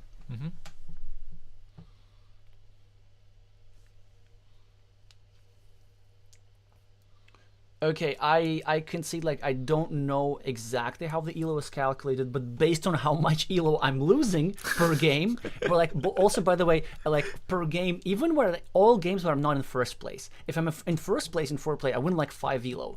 If I'm in second place, I already lose elo, like -7 at the very least. So it does feel like it's a lot. Well, black, right? That was the point. Yep. So Tabby did find a good move to mess with us, I think. Not necessarily a good move. I mean, but you think so? I think it's better to just leave with the white and give us the white and complete the black. Yeah, because actually, I think the whites are also, it's only 2 points for us. Yeah. It's not that bad. I guess she has the benefit of having our rows blocked. But that isn't a very huge problem. That's true. And it's also kind of a wonderful, well, not wonderful because we're having row 2 problems, but I think we can solve them. So I have some ideas. I want to hear from you. It is tricky. But, like, ideally we may want yellow for 1, red for 2 if possible, and white for 4. Yep. And I think that our ideal way how we get red for 2 or white for 2, basically we kind of try to group. So maybe we take one white now, and then at some point we try to put those in the center at the same time as we put those in the center, so we get at least one of those. But I don't want to take one white from that plate because it's give away the starting player with 2 blue. Well, I mean, we can use like this plate or this plate. Actually, like, how about this? Like, she doesn't really need those blacks. How about we take the blue first? But also from this plate. I prefer the top plate. Wait, but she can use the gold. I think she can really use the golds quite well. But she can use it anyway. But like, if they're grouped too much, then we can use them for 5. Like if they get grouped a bit earlier. I see what you mean. Then let's do that. Oh wait, you want blue, yeah, first? I'm not sure whether blue or white is better. I really want the white, and the reason is I want to avoid the situation of 3 whites being grouped. And there's still kind of blue is in plentiful supply. So let's say if Tabby doesn't choose the starting player tile, which is completely possible. Let's say like if he chooses 2 blues for some reason, then we can take the blue with the starting player tile, and then we can start pushing things toward the center and maybe have something for our row 2. But in case we forgo our row 2, we'll probably have enough blacks for here, because I think there should be 2 remaining in the deck. I didn't do the checking. So I didn't, but I remember like last time we checked there were 14, and I don't remember blacks being discarded at all ever, because they were kind of like in short supply all the time. So there were 14, so now this has to be 18, so there should be 2 remaining. Okay. Also, that's interesting because I think normally you're the one who does the tracking and I don't. Yeah, I mean in serious game I do checking, but in casual game, like, it is just so much brain power, and I'd rather save some like energy for thinking. I mean, like, it's serious. So like, if Tabby wins, she will have defeated an opponent with 1600 elo, basically.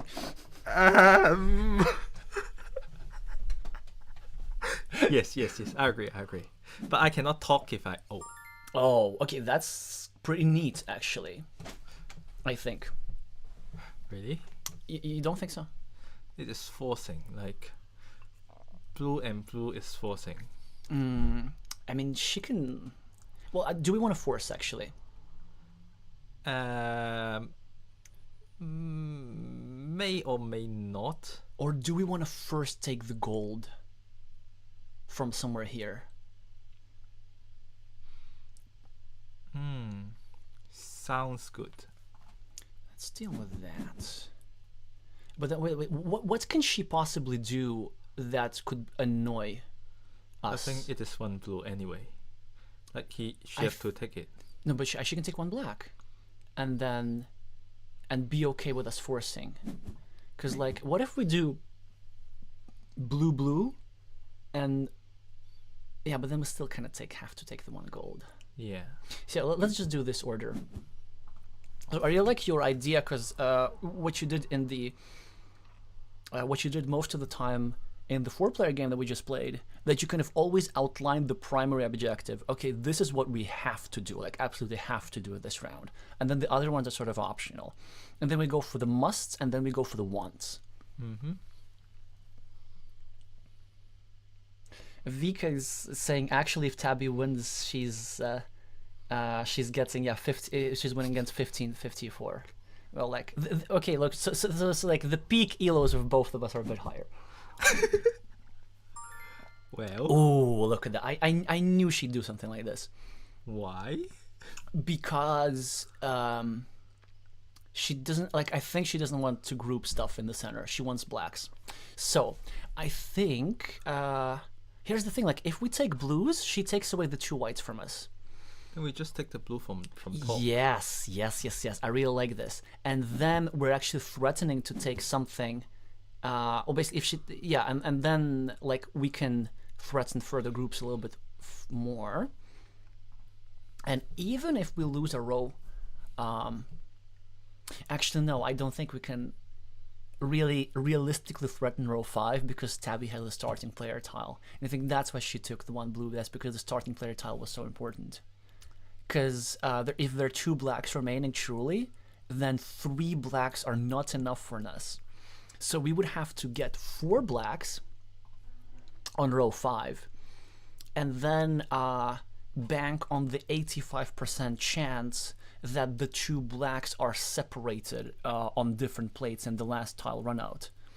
But I believe Tabby will get away. Will take 1 black from us away this turn anyway. Yeah, actually she's gonna get 2 blacks now. So I think probably what we go for, maybe we like start building. Oh, I have actually an idea. So let's say she takes 2 blacks. I'm 90% sure she's gonna take not 1 but 2 blacks because she doesn't want to give us a tile group for row 2. Oh, evil. Just let her do the block. I mean, oh, it is negative points though. Yeah, row 2 is just 9 points. Yeah. But then, ooh, do we threaten something? How about, okay, check this out. We take the 1 blue, drop in the floor. Now we're threatening this. Tabby takes this. Then we take the red. Yeah, and then we're threatening either 4 blacks, which gives us enough stuff, or we're threatening 5 gold, which is actually also quite nice. Okay, so let's do this. So floor line, and here's the threat. How will Tabby respond? Like there's not much she can do about the 2 white. It is not a really good tile for her. Like it's usable but not extremely good.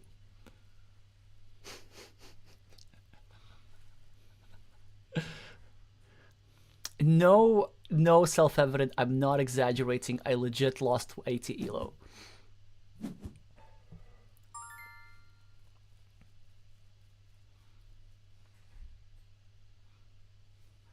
Yeah, I said there was also like a penalty. So we do proceed with the plan. Tally's really like wants to block. Discard or row 2. I'm split on this one. I'm gonna go with your call. I would just discard it. It's not like that we have to complete it with red. Yeah, so it's kind of for the sake of flexibility. Yeah, because we need red for row 1 anyway. Ooh, I mean row 1, yeah. So that's actually if I were Tabby, I think she should have gone over here, because this is a negative 1 point move, and I would just sacrifice row 1 if I were her. I think she needed to go over here for the chance to threaten a second column, because just by the sheer looks of it, it seems that they're enough red. Yeah, but there's something to blame for me, because like I tell her to focus on row 1 and row 2 in like playing against player at her level. That's why he done That's why she done this kind of move. you're like, I mean, you're completely, yeah, I think you're completely correct to teach her that, but it's like, it's a different situation. Oh, look at this, 2 blacks indeed, so some counting is possible. She does get the whites, which is nice. I think, I mean, the scoreboard lead is too big, so what I would do is I would just grab all the groups that we need and finish up. I have a preference, but what would you go with first? I suppose a move that push both blue and white to the plate will be good, but we might be punished by 4 red. Yeah, so maybe we just avoid that punishment first. Yeah. So we just get the reds, and then, well, actually we already pushed 1 blue here, so that's nice. And we're threatening to push the other blue over here. And if Tabby goes here, which she does, we could do the white thing. Yeah, we could push the 2 whites and force her to take the starting player tile, and we would even have the threat of 3 gold or 3 reds for row 3. 3 gold being, of course, the more potent of the 2 threats. Mm-hmm.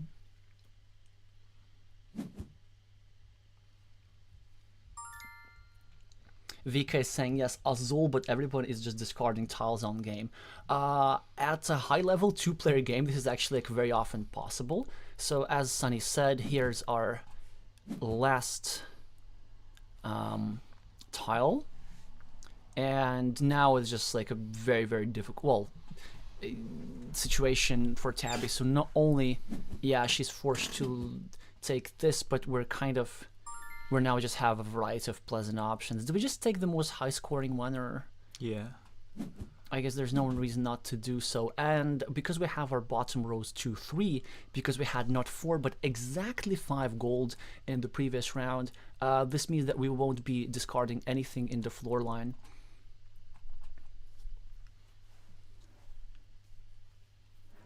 So the best move for Tabby that I see is just taking the 1 gold and forcing the standard tactic, probably. Mm-hmm. It's just simply to and put it in row 5, making sure that she simply doesn't discard anything further herself.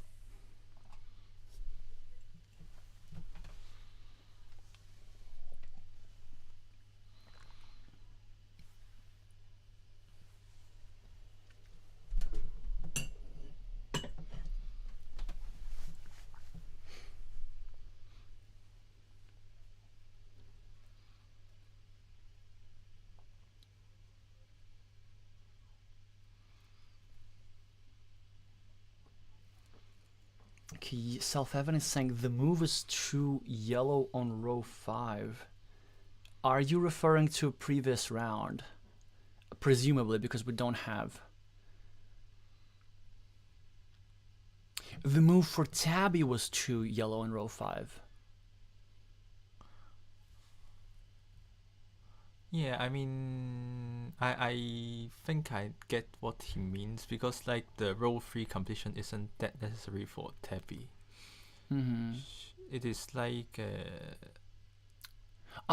in this round, yes. So instead of taking this and the starting tile, she should have actually taken this 2 gold, yes, 2 yellows, to first of all force us to take the starting tile and disrupt this group of 3 golds, because there are 4 golds in total, and if Tabby takes 2 golds of these, there are no group of 3 for us to take 6 points. So the best we can do is grab 3 reds and score a 3-point ourselves, in which case Tabby grabs those and she scores 4 points over here. So yeah, so she does find the best move and needs to place them in row 5.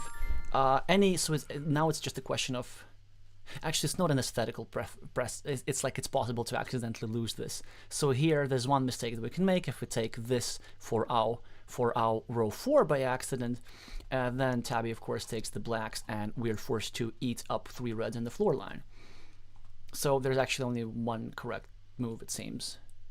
I believe there's 2. Oh, there's 2, yeah. There's 2. So it's, well, what's your aesthetical preference? I mean, there's no green tile here, so no preference. Maybe 3 red. 3 red, yeah. Let's go just to have a bit closer to complete color. My aesthetical preference would be to take the 2 blacks, so it's like, because it's like almost completes the column, and just to show that we had that threat in the first place. Yeah, but obviously these are all 0-point moves. The only purpose is just avoiding eating up tiles on the floor line, and because we have the red tiles here and the black tiles here, so we just need to be a little bit careful. Okay, so we did this one nicely by 21.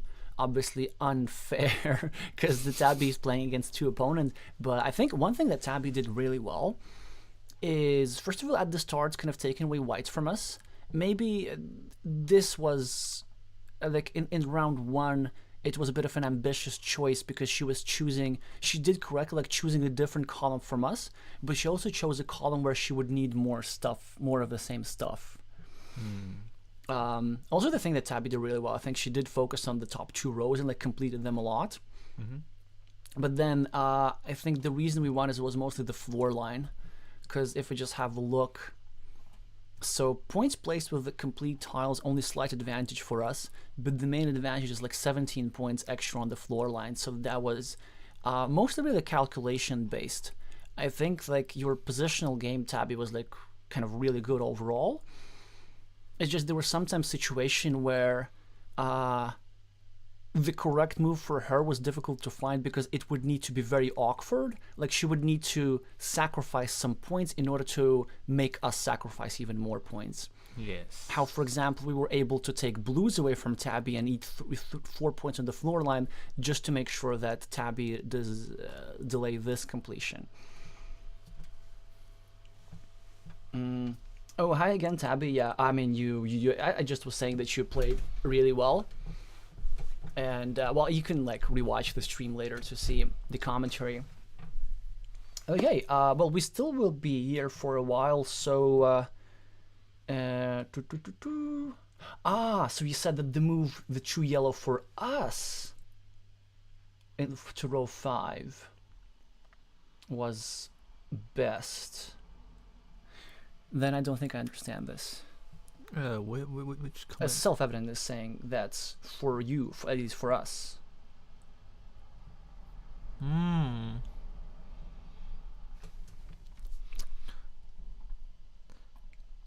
In which round? Round 5 or round 4?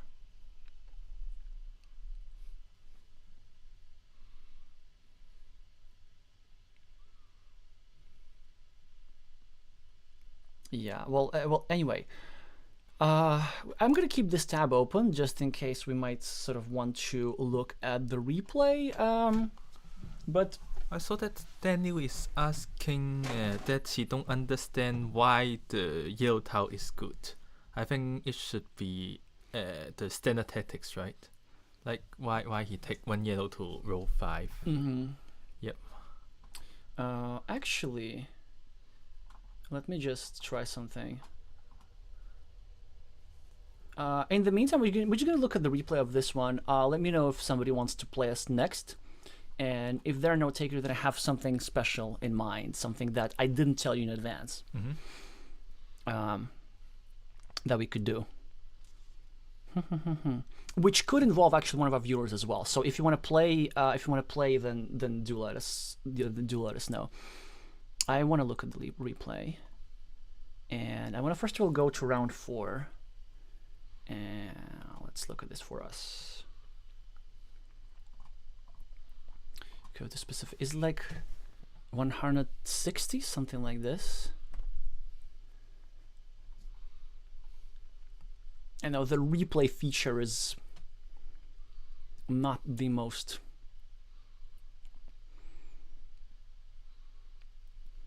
well developed on Board Game Arena, but hey, grateful to have something. Okay, that was a miss, so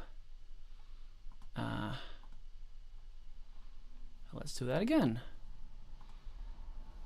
Let's do a move 120.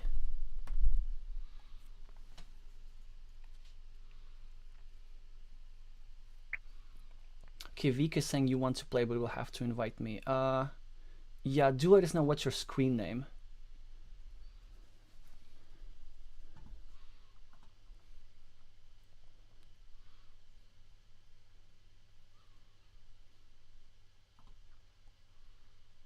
Okay.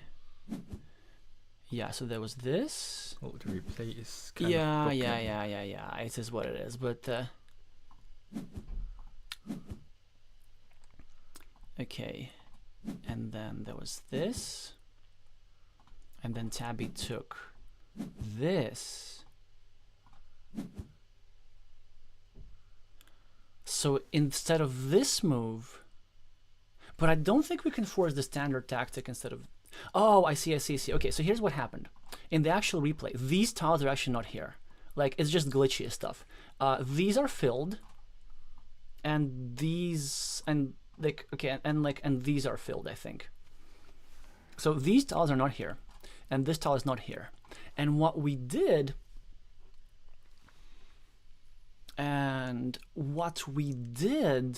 was actually just take one red and give Tabby two options, making sure that one of the options is good. What's self-evident was suggesting instead to take two of these 5 whites for row 5 and leaving a group of 3 yellows, a group of 4 blacks, and a group of 1 red in the center, forcing Tabby to take 2 of these groups, and so that we get 1 of these groups. The problem that I have with this is that I think in that case Tabby can take 3 yellows. We can. Oh yes. I And don't want to take the black also. yeah, because we can't take the black, and then we're forced to discard 1 red, and then it's the same scenario. Tabby gets 4 blacks, whether she gets for row 2 or whether she gets over here, but we end up with row 5 blocked, and she ends up with row 5 or row 4 blocked, but it's more damaging for us because we already have like it's more damaging for us, yeah, because we also lose our 2 points, which we don't get over here. So I kind of like this more forcing move rather than the standard tactic, just threatening the 4 blacks. I would say that's because we are in a lead, so we just want to simplify the game as much as possible. That's why I also agree to just let her take 4 black and complete our row 5, and we are happy in our position. Because there might be maybe some extreme run out in the last turn, and I'm trying to avoid that.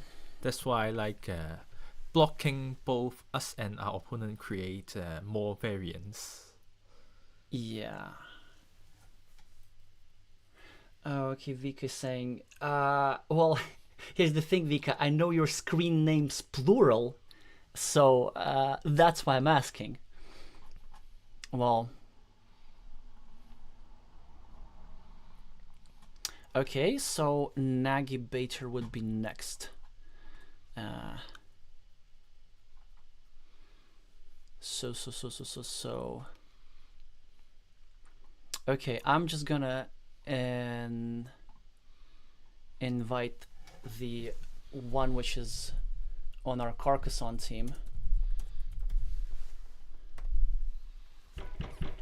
Oh, and this one, I wanna make a little bit different. Let's make this not a kind of discussion that we have, but let's make this hand and brain.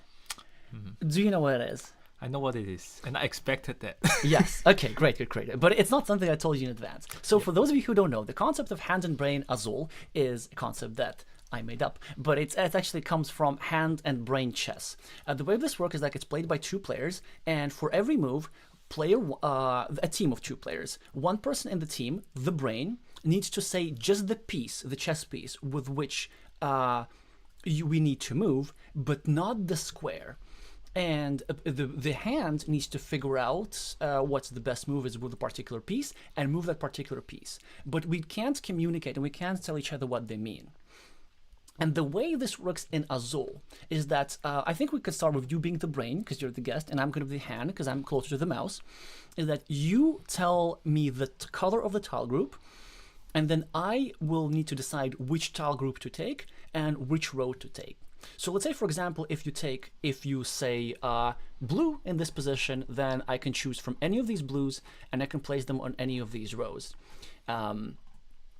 But then of course to the end of the round, as there are fewer options, the moves become a bit more obvious.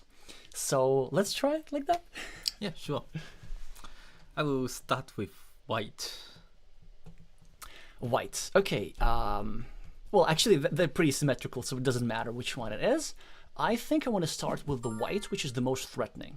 If I place the white on row 4, then it threatens the other white, and if my opponent takes 2 whites, then I can get the starting tile over here, and it's very nice for the middle column because there's materials, there's blocks for the bottoms, there's 6 for over here. So actually, it's a very nice run out for the first player here.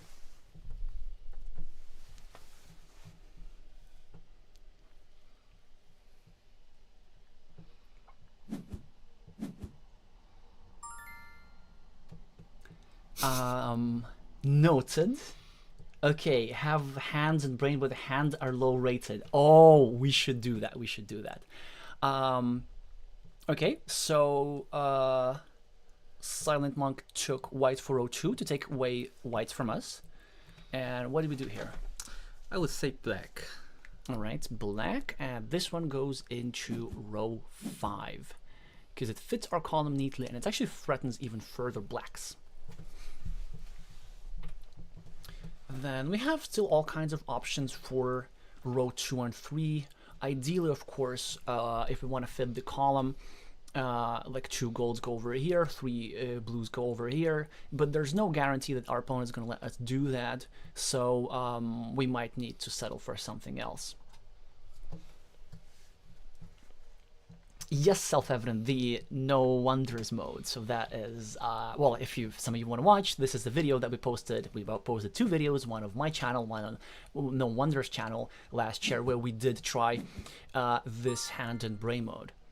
Alrighty. So Vika's taking blues for row 3, recognizing that we need blues for row 3 ourselves. And I'm going to say yellow. Okay, so I hope that you need me this. Since we're not able to complete our row 3 by blues, the idea of completing row 3 by yellows works quite nicely, because then, first of all, it's 1 point, and then when we're going to complete row 3 with the blues, it will serve as an extra adjacency bonus. And we are likely to do that because we are the starting player.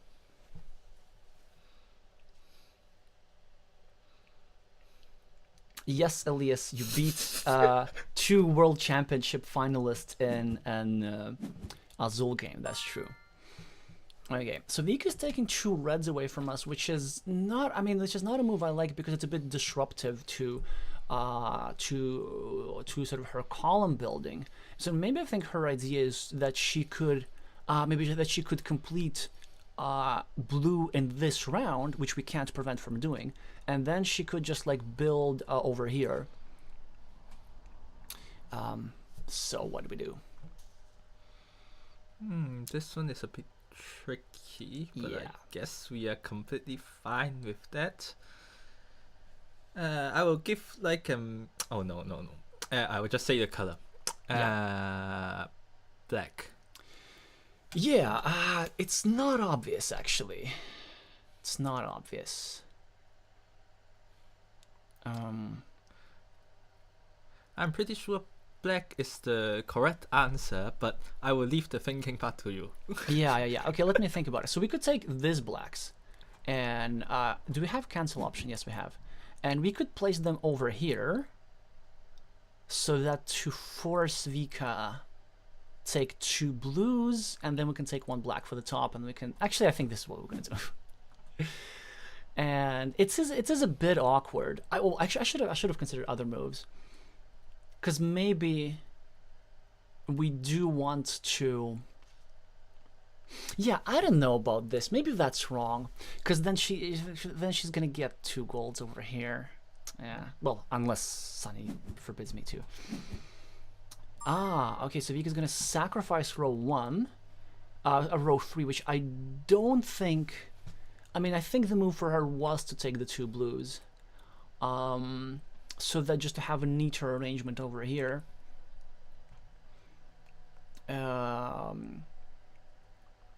So what do we do? I would say yellow. Okay, yellow. Yeah, so even though we're losing a point, we're just making sure that sort of Vika doesn't get some extra over here. So I hope she doesn't use them for row 5. Yeah, okay, she doesn't. In order to not to clog them up. So we do seem to have an advantage because we have more completed stuff, and Vika's row 3 here will be a bit problematic for her because she needs blacks here, and there are very few blacks, and also we have a lot of blacks that we need ourselves. So, oh, that's great. I don't have to think. You're the brain.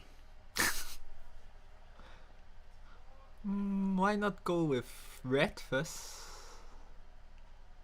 Okay, luckily there are only 2 groups of 2, so I think the Sunny's idea is to make a forcing move. It would take 1 red, which we place... Ooh, where do we place it? Because I kind of think that maybe we place it here.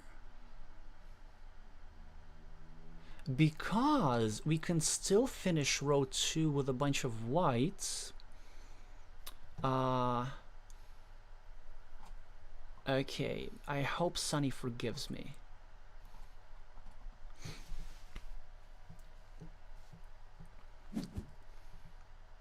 Ooh, wow. The 1 blue, and then it's a very interesting move because it's quite a forcing move. It forces us, or forces Sunny into a difficult decision. I mean, it's not really that difficult. I will just accept the forcing and go with white. Okay, okay. So we are going to lose a floor line point, but it's okay because it's, well, we have something to show for it. And in all likelihood, because there's still plenty of reds remaining, we will be completing this row over here. And we still have some stuff for row 2, and we still have stuff for row 1. But how do we get this all done? We have so many objectives.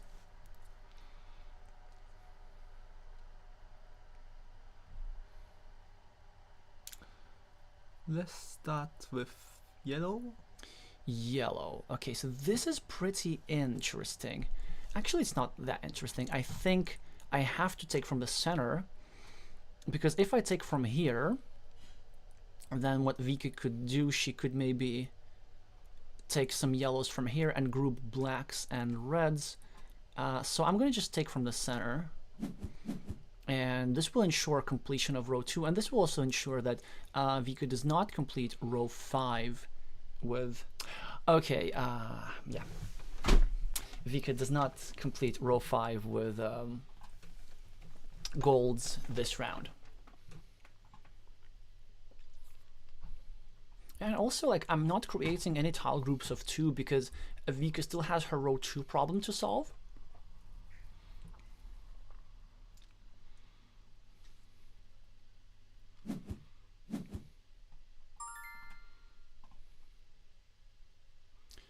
Which she does right now with the golds, probably intending to use the other golds over here and recognizing that we actually don't have anywhere to put gold on our board.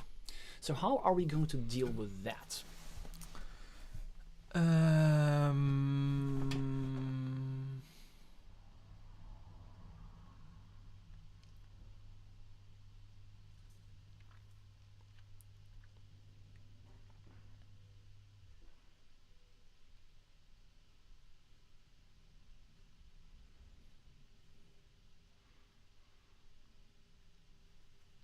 I think we have to go with red. Oh yeah, I do think we have to go with red, but which one? Do we need to group? It kind of does not matter that much, I think. Well, if we do this, Vika has fewer options for messing with us, I think.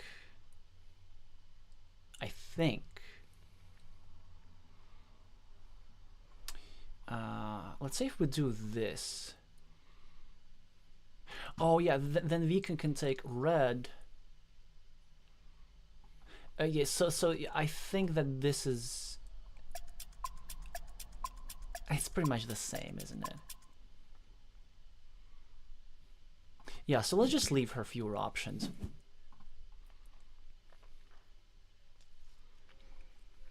Because, like, I mean, Vika can take the red from here if she wants, but if we don't group, she can also take the red from here and create a standard tactic. But this stuff, I think, just leaves fewer options for our opponent. And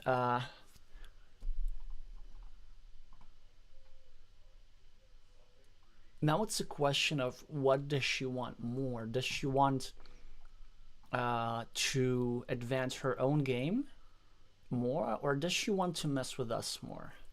Because she can force us to leave, to be left with the 2 gold, in which case we can do nothing but eat up -4 points in the floor line. But then if she does that, she does not develop her bottom row.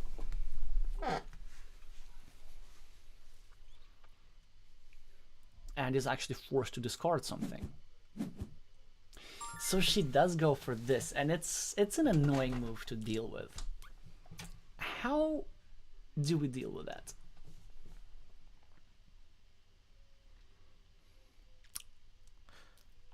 I believe it is white.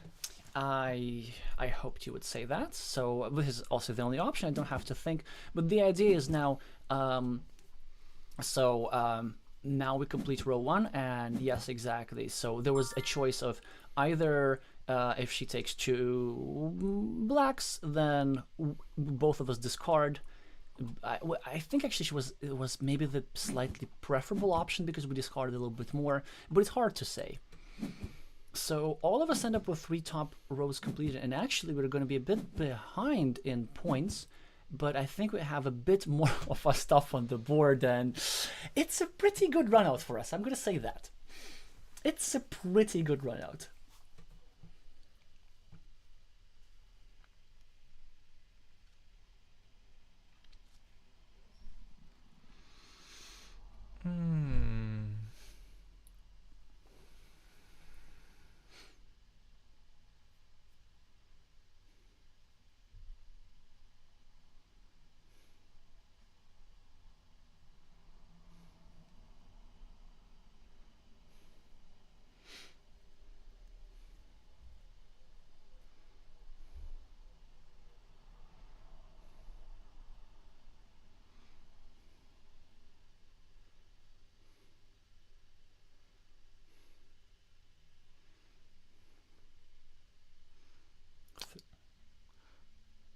I think I will go with yellow. Okay. So let's be very, very, very, not greedy, but aggressive in blocking our opponent's row. Obviously, like, yellow is the only option that I can play. I would have probably gone like a bit more traditional and a bit more peaceful here, but I think the idea behind this move is that it does slow down our opponent's game by quite a bit.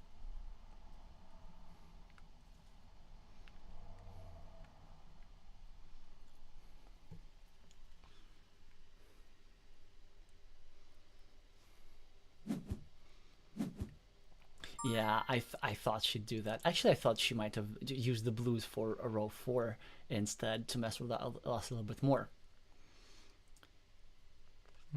Yeah, just go with the black. Let's see, now it's a big question which one. So the thing with the black, which is quite nice, is that we actually get to prevent a Vika from completing this, which is always pleasant. But then, on the other hand, I'm wondering, like, why did we go all out on these gold? Because if she completes this before this, it's sort of good. I think, it's kind of quite tricky. I can't calculate. Okay, I want to do this. I want to do this. And then I think if Vika gets... Well, actually, I shouldn't say anything. I should just say that there is a reason why maybe I didn't take blacks from this center.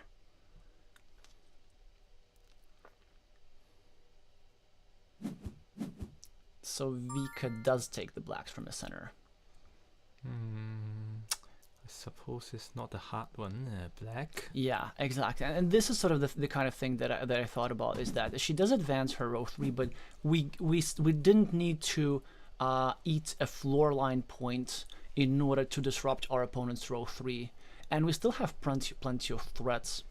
We still have enough stuff for our row 2, for example. And there is still, in theory, enough golds to go over here.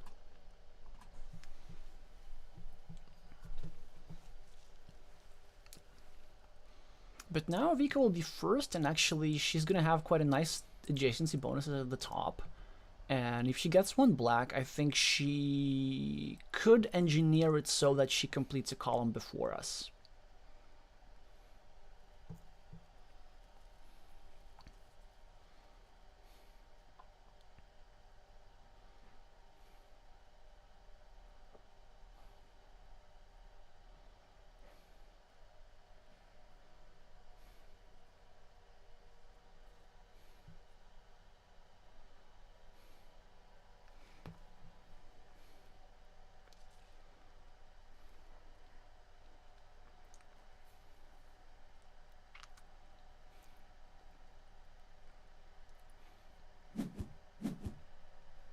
Yeah, and she goes for the adjacency bonuses. Well, what can we do here?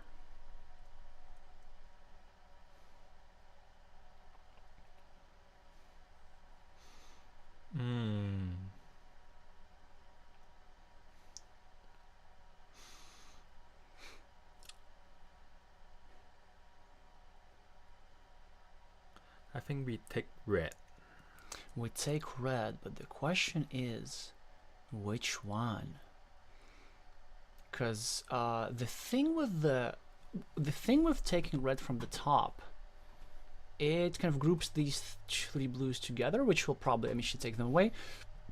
And we take this, but if we take this, actually, I genuinely think this is more annoying. Because then, if Vika chooses to play the standard tactic, then we just get a huge benefit of 3 blues being grouped together.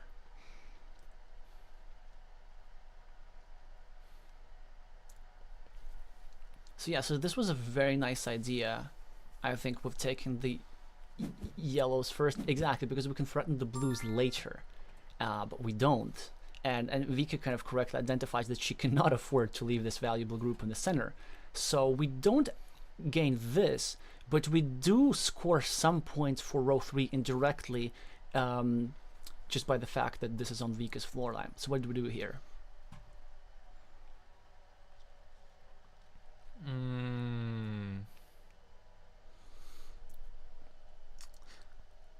think we go with the yellow. I am so yellow, and the only possible place. And now I presume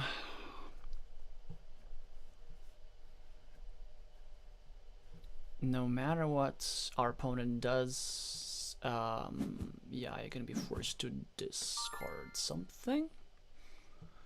Then it's obvious we take blue. Yeah, we take blue, and 2 reds go onto our opponent's floor line. I can see there's kind of like a second potential column being built, but what Vika's going to have difficulties with is in some runouts having 3 rows blocked. Even though they're being used productively, it could make her setup a bit inflexible. So we do get some advantage based on the floor line, and unfortunately for our opponent, this is not the best runout for her because of a low number of golds. There's a high number of whites, but actually she doesn't really need a high number of whites, she only needs 2. There's just enough blacks for her to get by, which she could use over here and over here, and there's sort of just enough reds. Okay, so Vika, now you make a move of 2 whites, but actually I disagree with that move, because there were 3 groups of 2 whites, so it's not a priority for you. So just as Sunny said before, start with prime objective, and prime objectives are this, and this, and the whites can wait, because Vika is in a likelihood it's going to end up with some of the whites in the floor line anyway, so you're probably better off like taking a tile group of 4 whites later on and then just discarding 2 of them. Well, what do we do here? Yellow.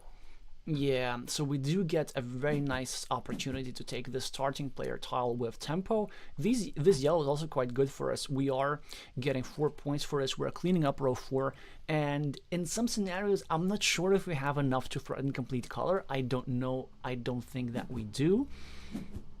So Vika does complete one of her primary objectives, cleaning up for row 3 and gaining 4 points. How do we respond? Blue. So we do respond with blue, and I think we want to take from here because we still want to have something to put in row 2 potentially. And I mean, we don't want to throw stuff on the floor unless we absolutely have to. In case Vika takes away the 2 blues for us, there's still going to be whites for our row 2. So red indeed, which is the strongest, well, I mean, it's a highest scoring move, but actually there's a reason why I might have a slight disagreement with that move. Well, you tell me.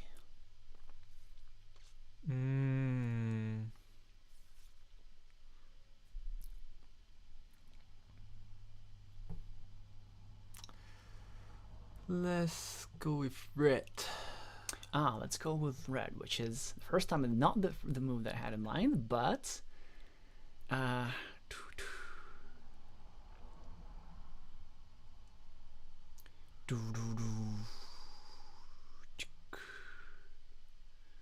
which one do we do?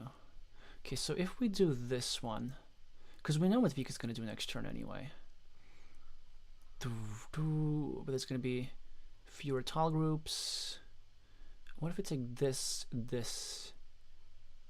I think actually this is better, but I'm not sure. I could have been wrong. I think I was wrong, actually. If we take that red and Vika takes this. Oh yeah, sorry, I messed up. Well, I'm not sure if I messed up, but I don't think it really matters. I think I would just go with blue. Okay, so blue is a very nice move, but I'm not sure exactly where, because actually we might have a threat of a second column if we really want. And we might complete this with white. But no, but then we need the blue in so many places. I think I'm going to go with this, actually. And then still recognize that it's possible to put stuff on row 5 if we really, really want. That's, I think, a very smart move from Vika, discarding 1 white, making sure that we're actually not able to put 5 whites in row 5 this round. And that's really not that much. I think there's something we can do. For example, yellow. Yeah, I think that is the strongest move. And then kind of Vika's options are limited because she can,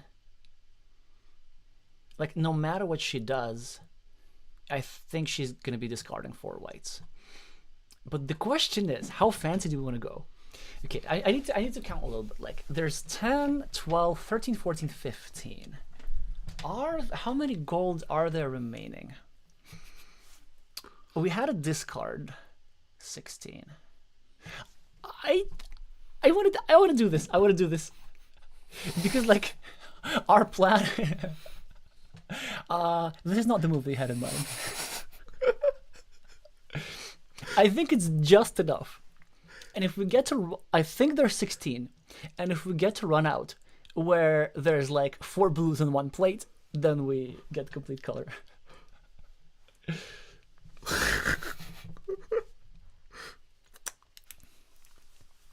And like also because we're going to be probably, well, at least I'm going to be discarding whatever Sunny gives me.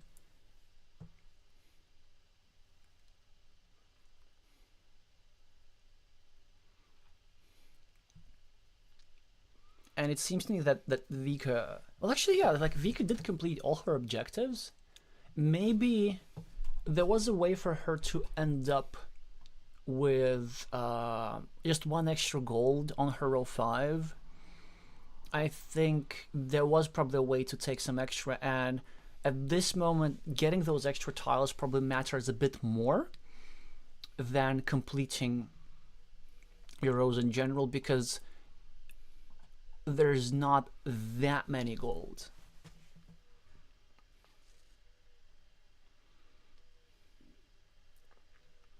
Four blues. Did I say four blues? I might have said four blues. It's possibly because my subconscious self is thinking about this square, which is kind of useful. Okay, so white. Yep, so we obviously want to lose fewer points than our opponent, and sadly Vika is going to be stuck with red, and we end up with quite a big advantage here. And now is the moment, like, are we going to see the... Okay, I was wrong. So there were not 4 golds after all, there were 3. And also way fewer whites than I thought, so it actually turns out that our row 1 is going to be quite problematic. So yeah, tile counting not at, well, our best.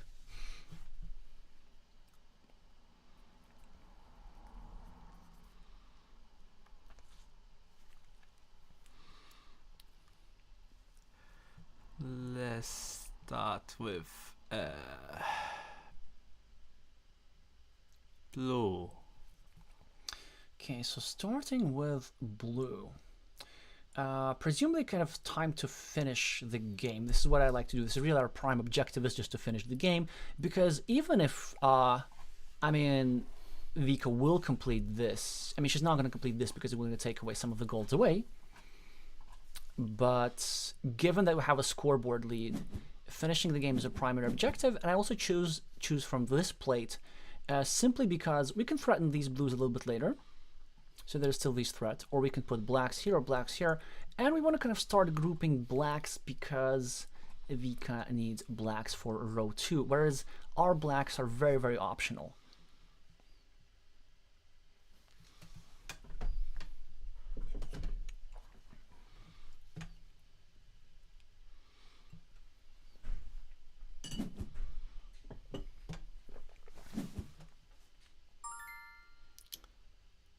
Yellow.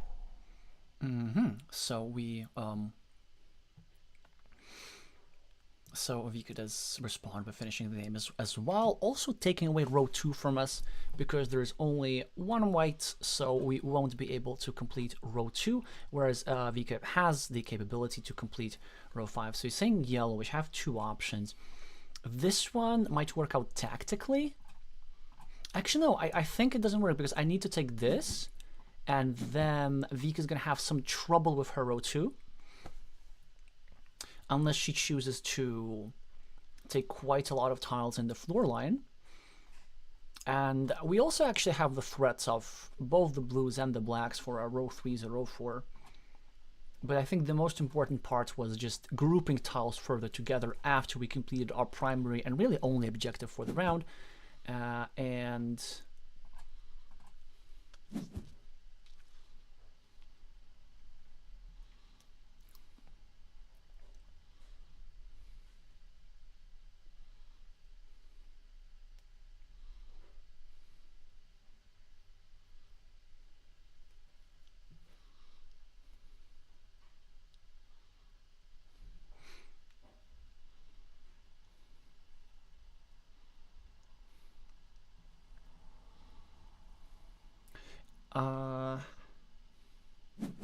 Wong Agatha is saying, why not 2 blues in row 4?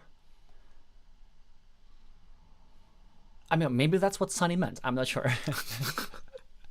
But the main part is, like, I want to just avoid the blues being grouped too much and really just finish the game. And also because we did manage, first of all, Vika to get some floor line points. And actually, she was now not able to go over here. I think she still should have gone over here. Because now the blues are no longer a priority because, like,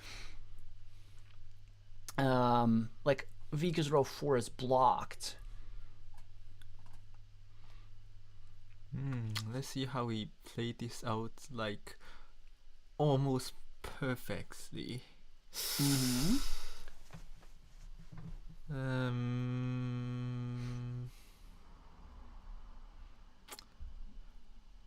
Like I believe it is white, but I'm not sure at this point. But Okay, I was hoping you would say white. yeah, Yes, yes, I will go with white. Yeah. I think it is white. Yes, yes, yes. So the idea is that we are putting the whites in kind of the one place where we don't lose points, and if there's ever a threat of Vika grouping two blacks together, then of course we can deal with that. And I will say black. Yes, you will say black because not only it gives us a standard tactic, but it's also a very nice opportunity to take away valuable blacks away from Vika over here, which was also the reason for me choosing blue from this plate in the first place, kind of just to group as many blacks together as possible and try to deny our opponent this key objective.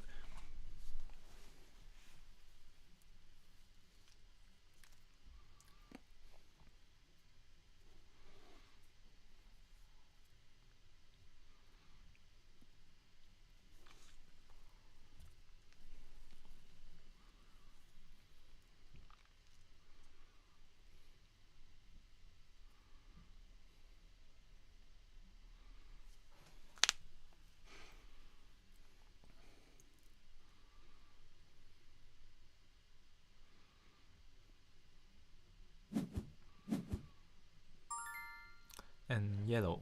I knew you would do it. I knew. I mean, first, like, okay, let's see. Like, objectively, it is the strongest move because if we take one yellow, then of course 5 of blues goes to Vika's discard in the first place, which I think these blacks actually belonged over here to both save the discard damage and to accumulate maybe a couple of extra points with the blues. But if we were to take blues as neat as they look, this is actually only 6 points for us because it's okay. Okay, now I see what you were talking about earlier.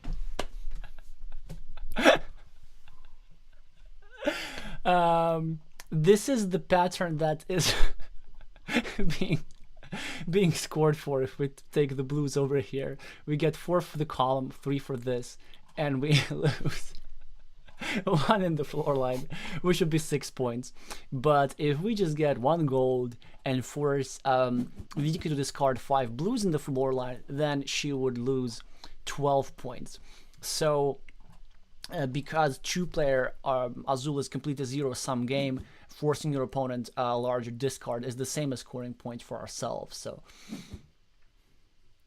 yeah, so we will be winning with a significant point scoring difference, and yeah, I think like somehow we even managed to deny a Vika column of 50 versus 11. So what interesting things happen in this game? So first of all, yeah, like let's start with us. Like, which moves were there any point where you disagreed with me, or like I did something that you didn't intend? I think so, but I already forgot. So when in the last round, when I said blue, did you have like finishing the game in mind, or did you want to go over here first? Yeah, I would like to finish the game first. Yeah, it is safer when we are in the lead. Yeah. So okay, so there we were on the same page. Okay, I assume when I put the one over here, this is not what you had in mind. Yeah. Okay. Did you know that complete color was no longer a threat? No. Okay. So, but I did this like not only because of the complete color, but also I know that one of our objectives would be taking away yellows from Vika. And so then, well, like if we're gonna do this, we might as well just start and like not drop this into the floor line. Our other rows are open, so we're not really at risk like losing any particular points. And our alternative, I guess, was like not discarding the reds. But if we not discard the reds, like it's not that we need the reds really in other places as well. So that was the logic behind this. Did you know that we would miss out on this row? Not really. I have a feeling that the white is not enough because like both player complete the white for row 4. Like I feel it, but I do not like track it perfectly in this game. Yeah. Yeah. Oh, hi again, Vika. Yeah, like from your perspective, I think like made some very nice moves over here, kind of starting over here, going into an early lead, and I think what just happened later is because of the blocked row. Even though this was like very nice 7 point thing, it was just mainly the floor line issue because there was a particular run out which was quite damaging. Yeah, just like the penultimate round, having to discard 5, that was probably decisive in this game. Do you have like any other advice for our opponent? I think like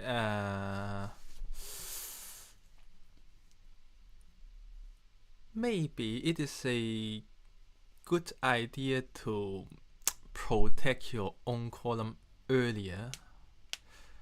Like, although I know that we did not give many chance for our opponent to do that, but like let's say maybe the round 1 choice of column, I don't think this is a setup suitable for an outer column. Yeah, maybe like in this particular case, because I think the initial idea, like I like this move of taking away the whites from us, but then maybe just like building some sort of different column would have been an interesting idea, and just having like the slightly disjointed white. Yeah, so that the idea. Actually, like in terms of I think what you did, like having the gold here early certainly makes sense, but then what like against a normal opponent you would actually complete your column, because even in round 3 when we had this tile group of 3 blues, I was kind of thinking that like okay 50-50, like I would probably just like take the 3 blues, but you had to be like exceptionally mean and start away with the move, which I think is the best move, because we did end up like on top of that round of just taking away the golds and only then sorting out the blues, which we did manage to do a little bit in that round. So we ended up with like 2 gold here, and I think with 3 gold here and 2 blues over here, just delaying Vika's column 5. And yeah, so this is like not necessarily what you would normally experience, like up to a level of I don't know, like 500, 600 elo at the very least. And at the kind of high levels of play, this sort of blocking occurs more often, simply because I think Sunny, like you recognize that Vika would lose more by missing out on golds than we would lose by missing out on blues. This is one reason, but another reason is there's 6 blue that round, and our opponent only have like 3 plays to put the blues, so we are at least guaranteed some blues in our row 3, if not completed in that round. Yeah, so that's interesting, because like just even though that group of 3 blues just sort of screams at us, I think actually so tactically what Vika could have done, that was I think very difficult to see. So I like the idea of Vika taking away the blues from us. So you took 3 blues and put them over here. Like, and this was also very good adjacency bonus and everything. Actually, I think that was a good move.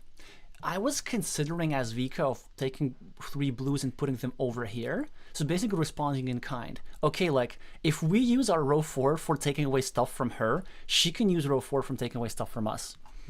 And then completing this, and then later trying to sneak in away 2 remaining blues over here, just because there's so many blues in this setup. But that's kind of thing is really hard to see. So overall, I like the idea of getting 2 blues here and discarding just a couple to at least make sure that we don't complete the blues this round, and like you get immediately these adjacency bonuses.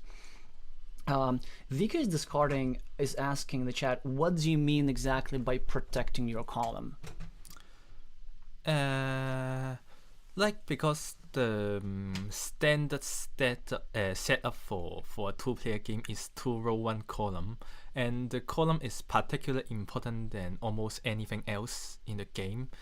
If you like manage to finish your column early, then you can have like time to mess with your opponent. But if you are the one who like complete your column late, then your opponent is going to mess with you if he complete the column like before you. So like in this scenario, because there is already many yellows gone in the early round, like the demand of blue isn't really in that high. Like the maximum punishment of our opponent that could done to us is maybe we lose our row 2 for blue, but we still can finish our column. But if we mess with her yellow, then she will have to try very very hard to like complete her column, because her column like is missing on row 5, but our column piece is missing from row 3. Yeah. Exactly. Because like obviously she used to need more stuff, but then like I think sort of what I like what Vika did, actually she did put the 2 early on, even though there was an option to mess with us instead. But then I don't think there was like all that much that could have been done. I think there's one next to which definitely could have been put over here. So something is to be said for about like moves for row 5 which just add tiles but not complete them if the tiles are scarce. I think there is probably something she could done in round 1 for not letting us to use 2 gold to complete row 1, I believe. Maybe, yes. Did we use 2 golds to complete row 1? Yep. Okay. Yeah, maybe something like this. But also it's actually like round 3 was a very tricky run out, like because we have so many blues that we can just afford to do this, and this is like the most evil move in the world, and it's of course worked. So yeah, well anyway, thanks so much for playing. So I would probably want to do like one other game, and then you can decide so when we can wrap up, where we switch and I'm the brain, you're the hand, which means that you will need to do like a bit more talking. Okay. So we can either do a random opponent, but if somebody wants to sign up, I would probably prefer playing a viewer, so we can make no, there was somebody who actually was in the queue. Right.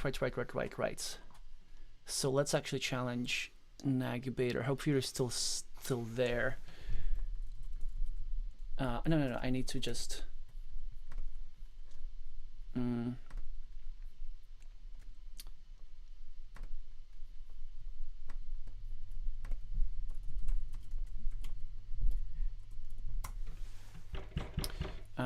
Okay, so it appears that you're offline. Do let me know if you're watching still. Is this the correct? I think that's the correct person. Wait. Nope, that's not the one. What's the proper screen name? I did ask. I did ask just the wrong person. Wait, how do we do this? Expel player. Expel player, yes.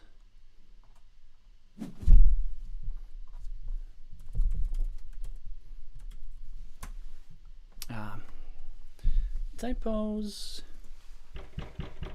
Wow. Expert. Okay. So this is not gonna be that. This is not gonna be. Okay. You're up. Perfect. So can you reach? Shall we just switch seats, maybe? Sure. So you go over here. Hey. Yeah. I will just squeeze past. Just go inside, and then I'm gonna go over here. Are you planning to drink your tea at all? I'm okay with that. Yeah. I will drink it later. Okay, so you can just stay there. Okay. Yeah, let's go. We are going to start the game. Yeah. Do you know how to draw, or are we just okay with words? What do you mean by? Like the drawing tool on the right. If you want to draw something, okay, perfect. Oh, so I get to choose the tile. So this means I don't get to talk all that much. Well, I see something that's in plentiful supply, so I'm gonna say white. And I like that.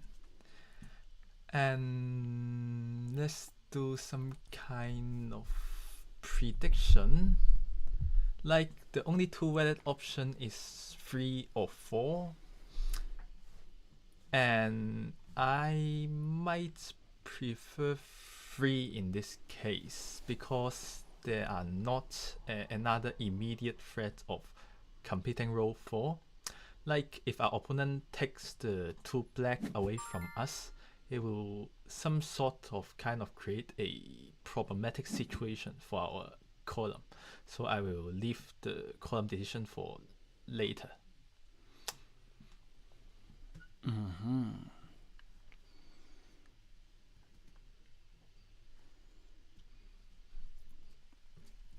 Now I kind of need to start thinking like, what would I do if our opponent takes the 2 blacks? I do think that the move for our opponents is taking the 2 blacks. Because at least like we can talk about our opponent's moves because it does not like necessarily reveal our intentions. Okay, so our opponent chooses to take the starting player tile, which is nice. Okay, I think I see what they're going for, because I think they're kind of going to for that alternative column. Yeah, I think I want to play this pretty standard. Let's go for black. Maybe you had something else in mind, but it's... I mean, I suppose Alexey mean this, and I mean, it doesn't matter what you mean. You can still put it wherever you want. yes, I think this is the only rational option. I mean, it's a bit of a pity because it's not threatening completing that column. Like this move would have been much more strong if there were a group of blacks elsewhere, but there isn't. Yeah.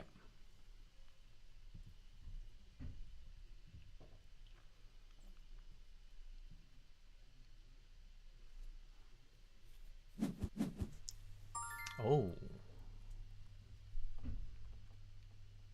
So 3.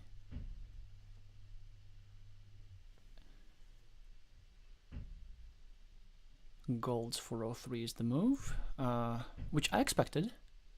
Ooh, that's kind of tricky. Actually, what do we do now? I don't like any of the moves. I don't like any of the moves. What if I go there? Then they do this. Then they do this. I could also actually do this.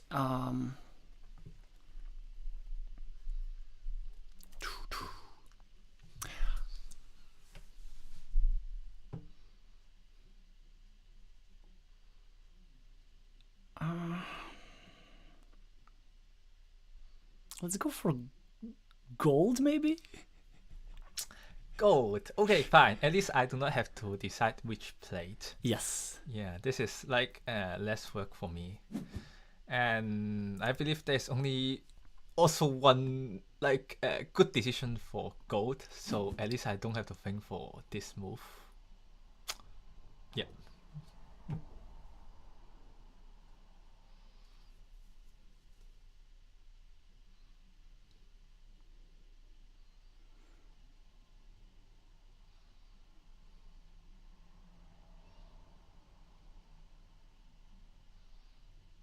I could have messed it up. I don't know. I personally don't like this move. Okay. But I think we can live with it. It could be like more interesting to sort of climb out of a hole. Oh. Okay. Interesting.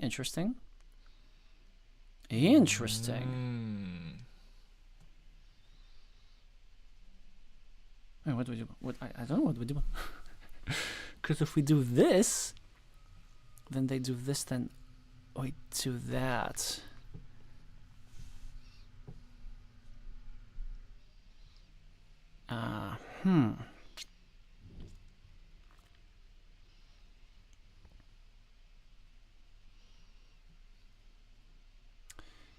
Let's say I'm obviously thinking this, but if we do that, then they just are happy to do, they're just super happy to do that. So let's go with white now. Yeah, I would love that. And I believe it is the one from center.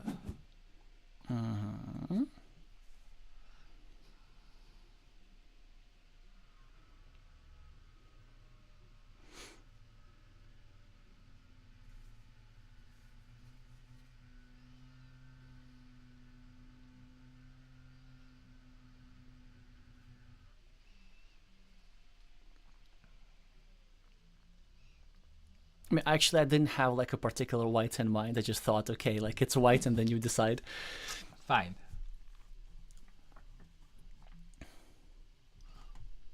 Oh. Somebody was about to get hurt. That would have been a mistake, yes. This is better.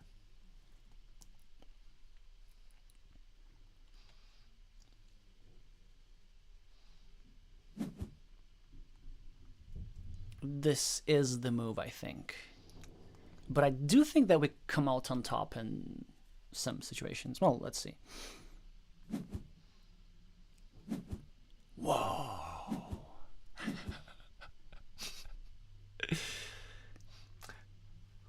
I would be pretty much happy if I wouldn't make that move. Yeah, because then we can make some easy decisions. Okay. Well, I think that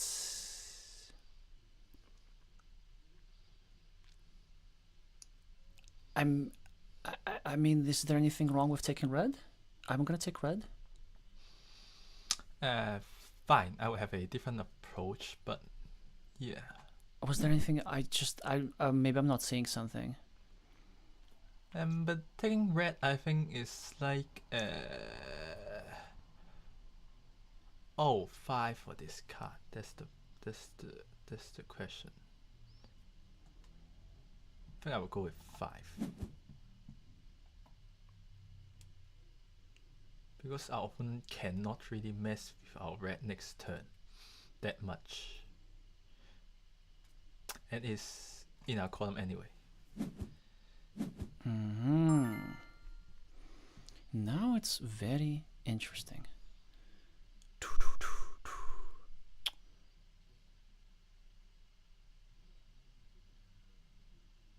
Do this, they do that, but then they do this, they do that. It's kind of toony. So I think gold is the move. At least that's what I'm saying, and you don't like it. We can talk after. We can talk after. Fine.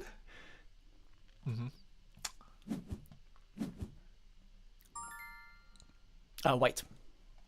I believe so. Yeah. So I mean, my idea is like they get to build a bit inefficiently. So it seems to me that if we give the gold to them, they have like 2 blues on row 4, and they have the top 3 rows completed. Very, very nice. But now they're building it a bit disruptive. But the setup that we have on row 2 is actually like not as disruptive as it seems, because with some good runouts we can score a lot of points in round 2. This is not one of those runouts, I think. But we'll do what we can. We'll do what we can. So what I like seeing is that there are few whites. Yep.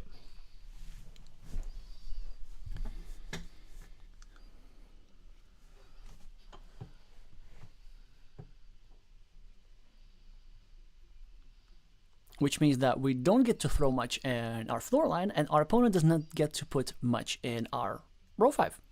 In their row 5. Or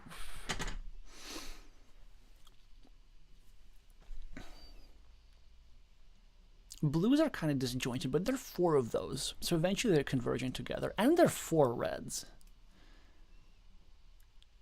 There are lots of gold. Our opponent needs golds in 2 places. Blacks maybe. Actually, our opponent could use gold in 3 places.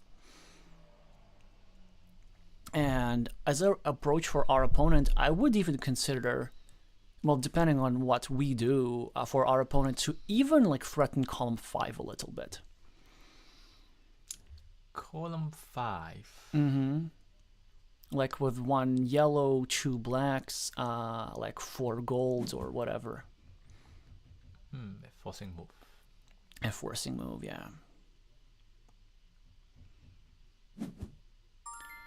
Well, this is a question, like how forcing it is. Because like, if I just don't take the blacks, like where are they going to put those blacks? Like, what are they going to do with those blacks? So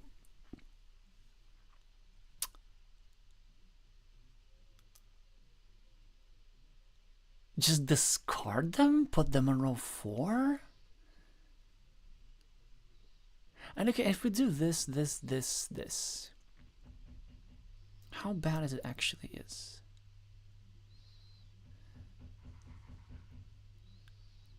Like, honestly, I kind of don't feel like experimenting a lot. I think I'm still gonna go for the blacks. Okay. And just check if there's any crazy option.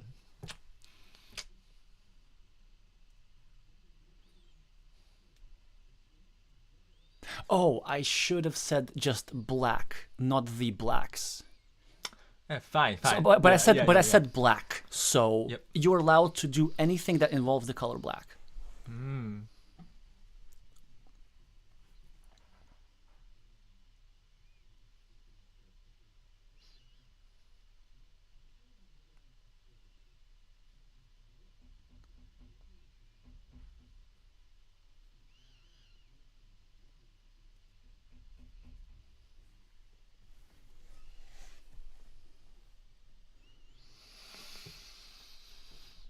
I will do the normal thing. To not risk that much because I don't have that much time to calculate. Yeah.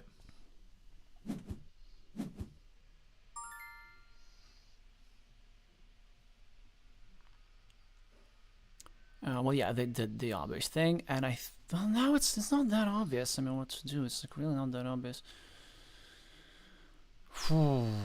Am I just gonna be normal? Blue. I'm gonna say blue. Yeah, but it's a tough decision by its own. Luckily, that I'm not the one who has to make it.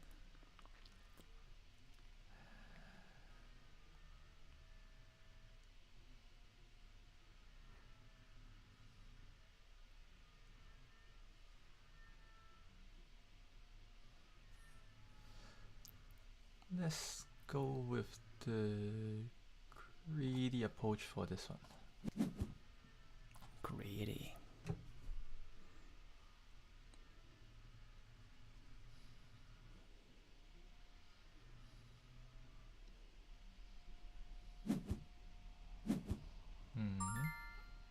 Yeah, greedy. But then, I mean, you can only drop so much stuff on the floor. Let's go blue before they're joined up.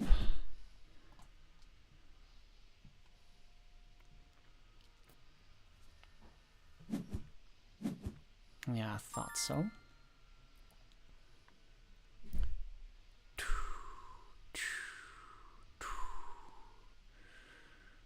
Whew.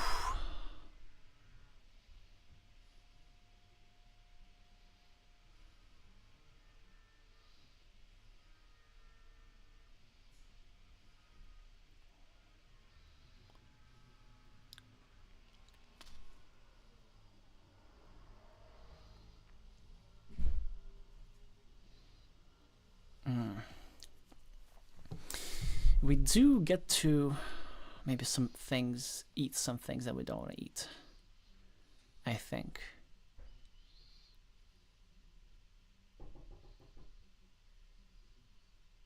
But is there any way to avoid? Maybe there might be a way to avoid that, actually.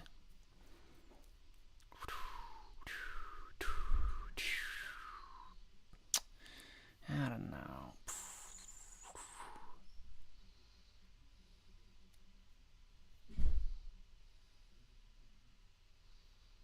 I'm gonna say yellow. Fine. Maybe there was something better. But I just hoping that they make a particular mistake. I mean, it is like at most 2 point at floor line. I don't care about that much. I was also thinking about our opponent's floor line, like if we can make them hurt, but I think the only possible move is yellow no matter what, because we still have to save our row too. And if we do anything else, they will group the 4 yellows together. Oh.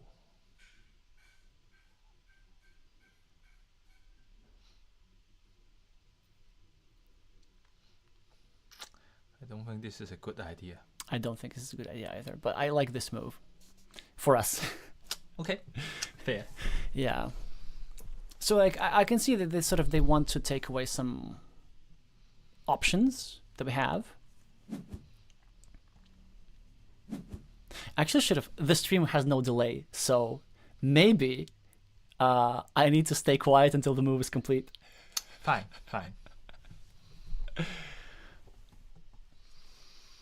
But it is like unlikely that the viewer will watch the stream while playing the But game. look at this.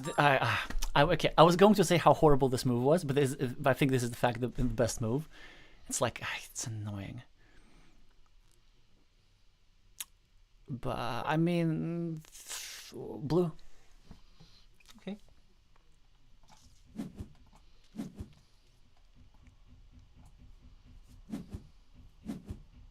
Yeah. Ooh, they want to go aggressive. Well, gold. But actually, like, their approach is pretty interesting because they know that we need reds, and they're going to be the first player, and they might take away some reds from us. So, interesting how you said, like, protect your column, and then we end up with one red. Well, because I'm not the one who making the move, right? you're the one who making the move. I'm not the one who initiate the move. Yeah, sure. Blame other people. Wow. Horrible run out for us. Like it's just horrible. I think it's fine. Yeah. Okay. Our opponent. You know what? I'm gonna stop telling options for our opponent. Like they're doing just fine by themselves. Also interesting, we kind of have like ahead on the scoreboard, so that's pretty nice. And I think we have some like big threats on the board. Perfect. I think that's a mistake.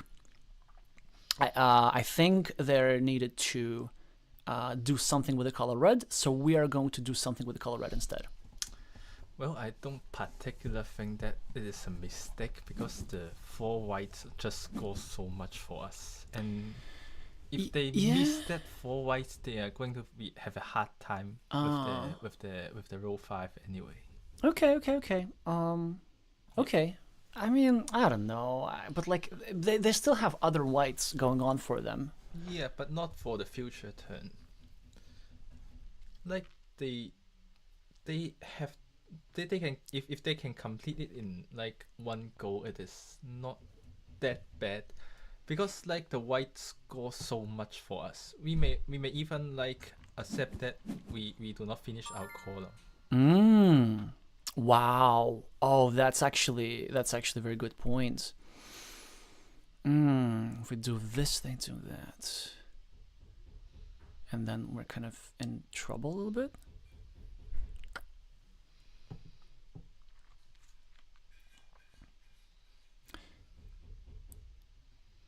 Ooh, that's kind of tough.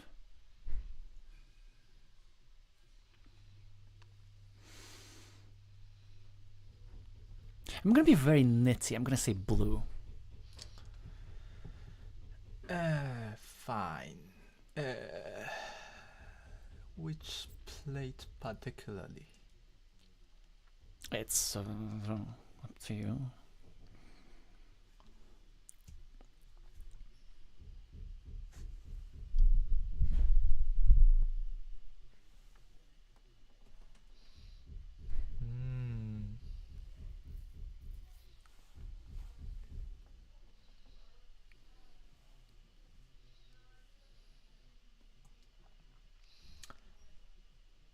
I will just go with the middle plate. Not sure if it's the best one.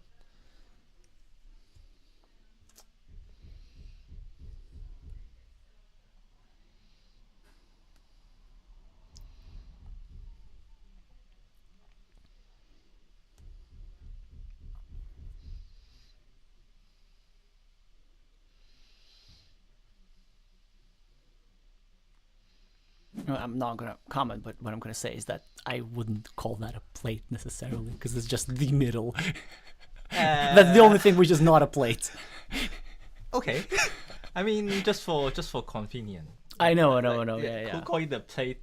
Like, I don't want to make up a term for that. Like, what do you usually call it? just the middle or the center. But I guess like if you're asking which plate, then if you want to include everything, we can sort of think of there's like imaginary plate in the center. Like, you know, if you're at a restaurant and party of 5 and you have like plates with your own dishes, you have like 4 things for yourself, and then you have in the center like that the big plate to share. So this interesting, like you eat, you take one little sweet, and then you push everything else to share with others. Which is like not the theme of the game at all, but I don't care. No, like they're not plates, they're factories, but it feels weird calling them factories. They look like plates. And in real life, they're like little cardboard plates.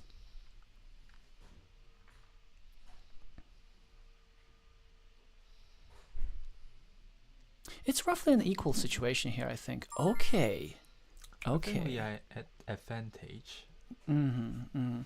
Oh, but like, which move do we make now? Because we could do this, but if we could do this, our opponent does that, and it's kind of annoying. Yeah. So I think we still need to go blue. At least this is what I'm gonna do. Yeah. I mean, our opponent need this one, so we are not going to take it from any other plate. Like, we can live with that our red being taken. And if, like, after a forcing move, and we settle our row 1 with black, then if our opponent continue to group the 3 whites, I will just put it in row 4 to not give this 3 whites to our opponent.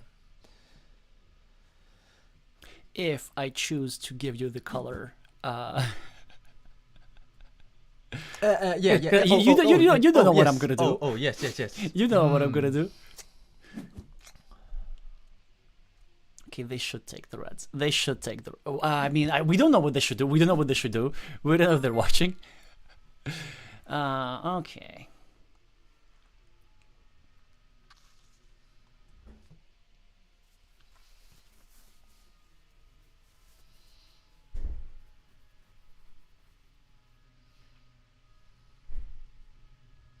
Sort of the most scenarios are kind of similar anyway. So I think black. I like that. I do appreciate the immediate validation. Like, this game is pretty complex. Like, it's not that I have certainty a lot in many of the moves. Notice I like whenever I say blue, there's like 4 different blues to decide from, so.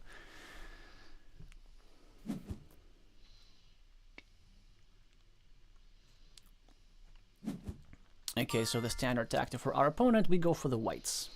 And I love that. Don't want to leave that for Nagibator. And it's also fits for us pretty nicely, so yellow. No. I wasn't suggesting anything, I just told you the color. But I do think that row 3 would have been too... Oh, yeah, but it's not us. Oh, it's not us. Oh, somebody can threaten the second column if they choose to.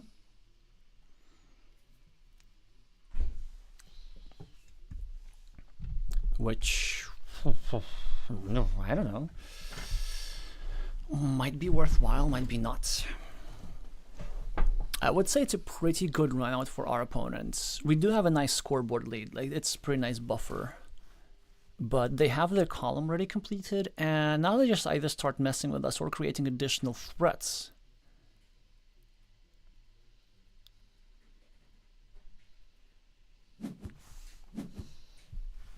What is this? I don't think that was a good move. I think those golds belong in row 5, and their blues belongs in row 2. I mean, that's just going to be something to learn for our viewers. I'm going to say red.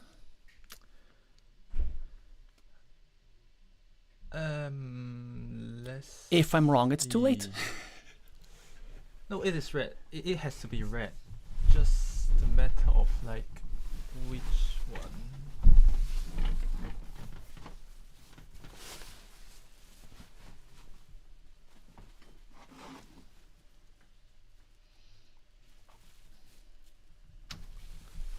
I suppose it is completely fine to do this. Yes.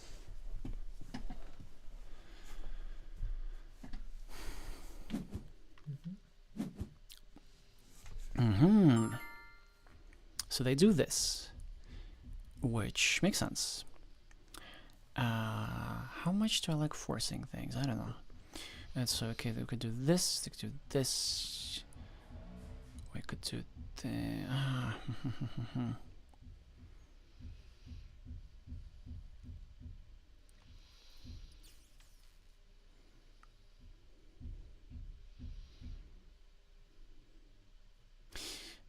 Ooh, no, I'm gonna be boring. I'm gonna say black.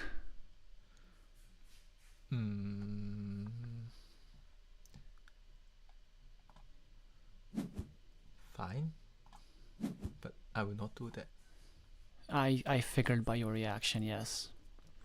I think it is okay to sacrifice our row 2 if our opponent continue dropping 4 line in this turn. I was thinking that, but like, does not necessarily guarantee it's a 4 line. Well, that's, I think, allows for something nice. I'm gonna say red. And here the standard tactics comes.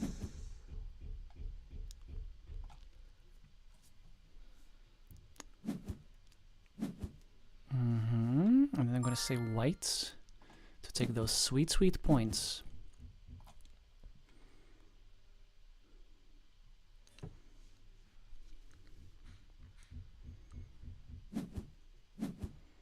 Yeah, more floor line. And I'm gonna say gold. And for this time, I'm going to place it. Yeah, and you see, so now like this is sort of the problem, because you see like they have the blues for them and they have 2 golds discarded, but if they had 4 gold in their bottom row, then they could have just placed the 3 blues on the second row, and they could have actually threatened the second column. And the main thing I think why they should have threatened the second column is because they're kind of behind because of the floor line stuff, and they need something else than the usual win condition, and there seems that they're going for complete color, but there's just not enough stuff. Oh, this move is too quick. Yeah, I think what they needed to, well, do is to prevent the thing that we're gonna do now. Okay, what do I not see? What do I not see? I'm gonna do white. Very nice. Has all kinds of, well, first of all, it finishes the game. And I think it was important for them to actually try to prevent the end of the game as well. Or at the very least, if we are going to end the game, then we end them without top row. And the thing, it was actually impossible. Yeah, okay, so that's nice. That's nice. That's nice. That's nice. That's nice. Nice. Ooh. Do I want to also be mean? Yes. Oh, no.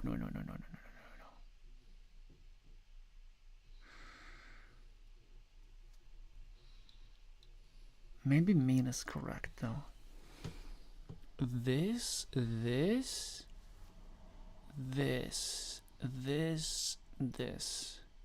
So then there's like, it's just a calculation thing.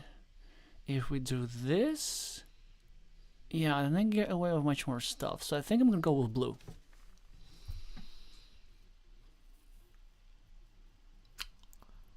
Well, this is like kind of hard to calculate. You throw much more work for me, which you could just do the simple thing.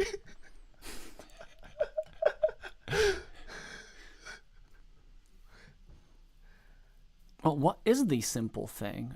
We don't know that. To me, it's like pretty simple. You have choice of 2 blues.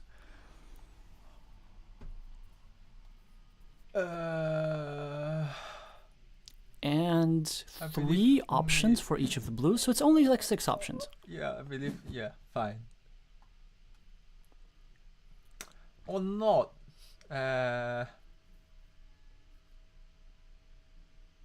No. Our opponent is like forced to do this.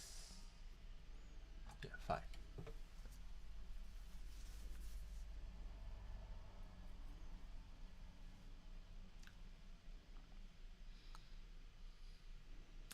I think I would have just taken 1 red. 1 red. Yeah. Oh, From center, I mean. Oh yeah, I told you I wasn't seeing this.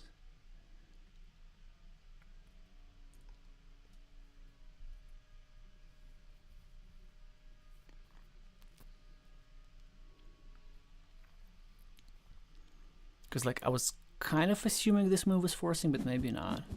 Yeah, so that's what maybe that's what they should have done. Okay, I'm gonna go red. Is it wrong? I will go yellow instead. But yellow. Red might be fine. I mean, standard tactics is standard tactics, but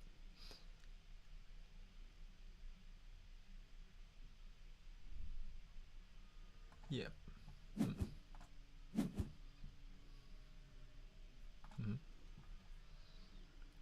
So now it's kind of pretty forced.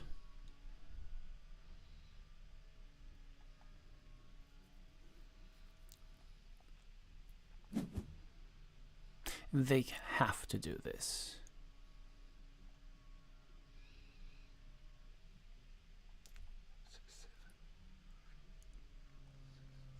The idea behind yellow is to give them the red. And like the yellow still score 3 for us, comparing to this is only 6-point delta, but they will fill the floor line with red. Ah, that's the idea. Okay. Well, I'm going to do black. Yep. And wait a second. So they have. Wait, let's think about this. So, like in the red, we are completing 5, 7, 9, 8. So that's 8 plus they drop the red, so it's like 14.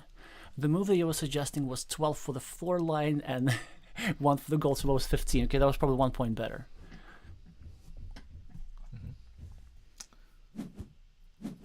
But it's kind of counterintuitive because you sort of you want to like finish your top 2 rows and everything. Yeah. That's for beginner. I mean, we are all the beginner, right? Yeah. We still won, okay? Like it wasn't that horrible. Yep. I want to type something like "thanks for the game." Okay, yeah, like thanks for the game. I think they actually played really well,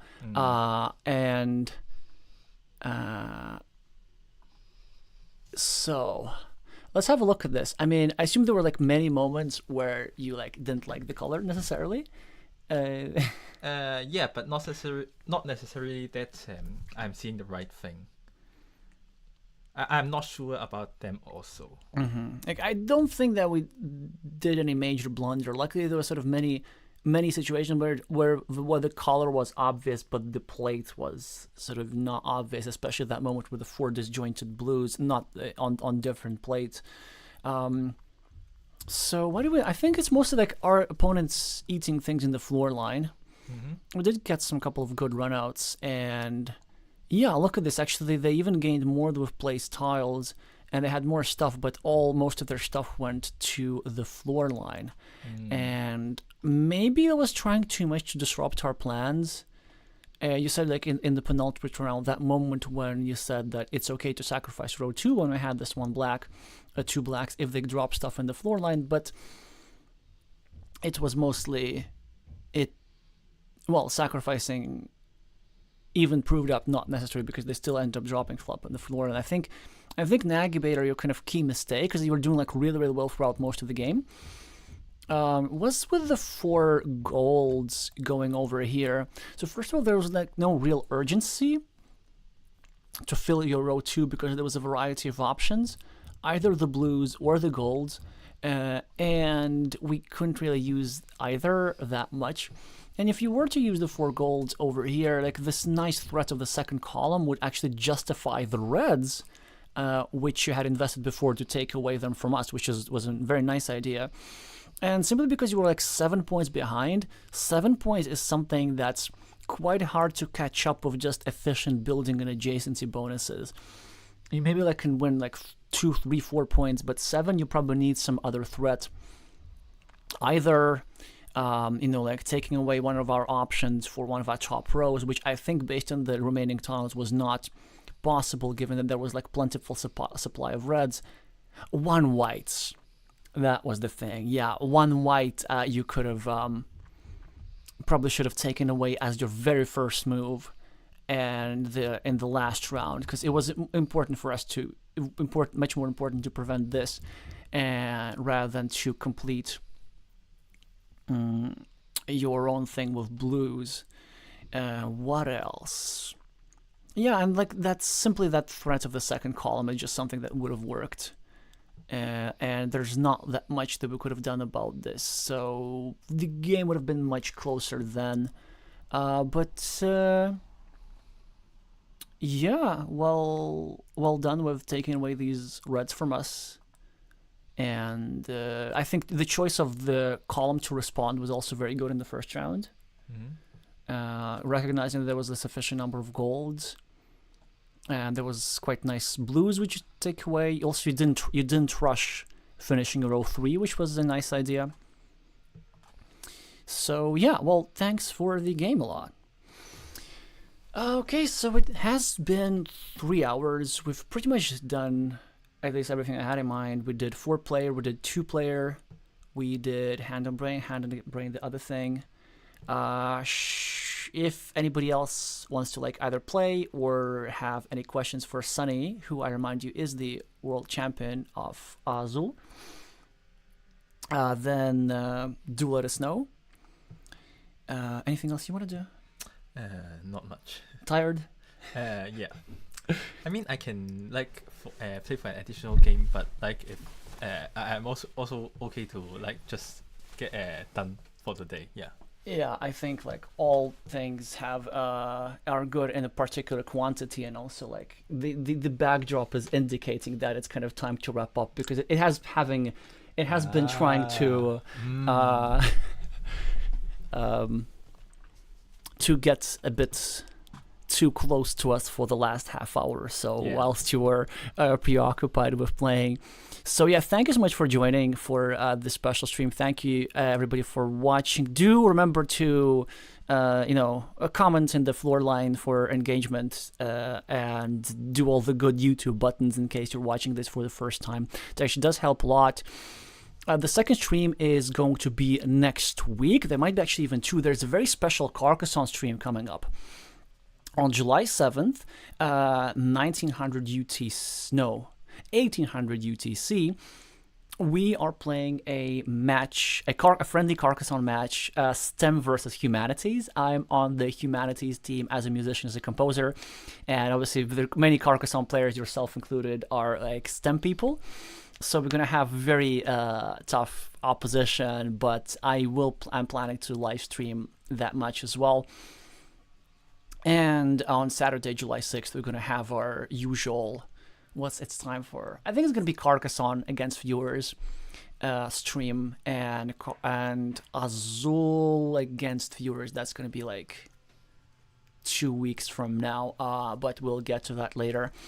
So yeah, then that's it. Thank you all so much for watching, and I'm gonna see you soon.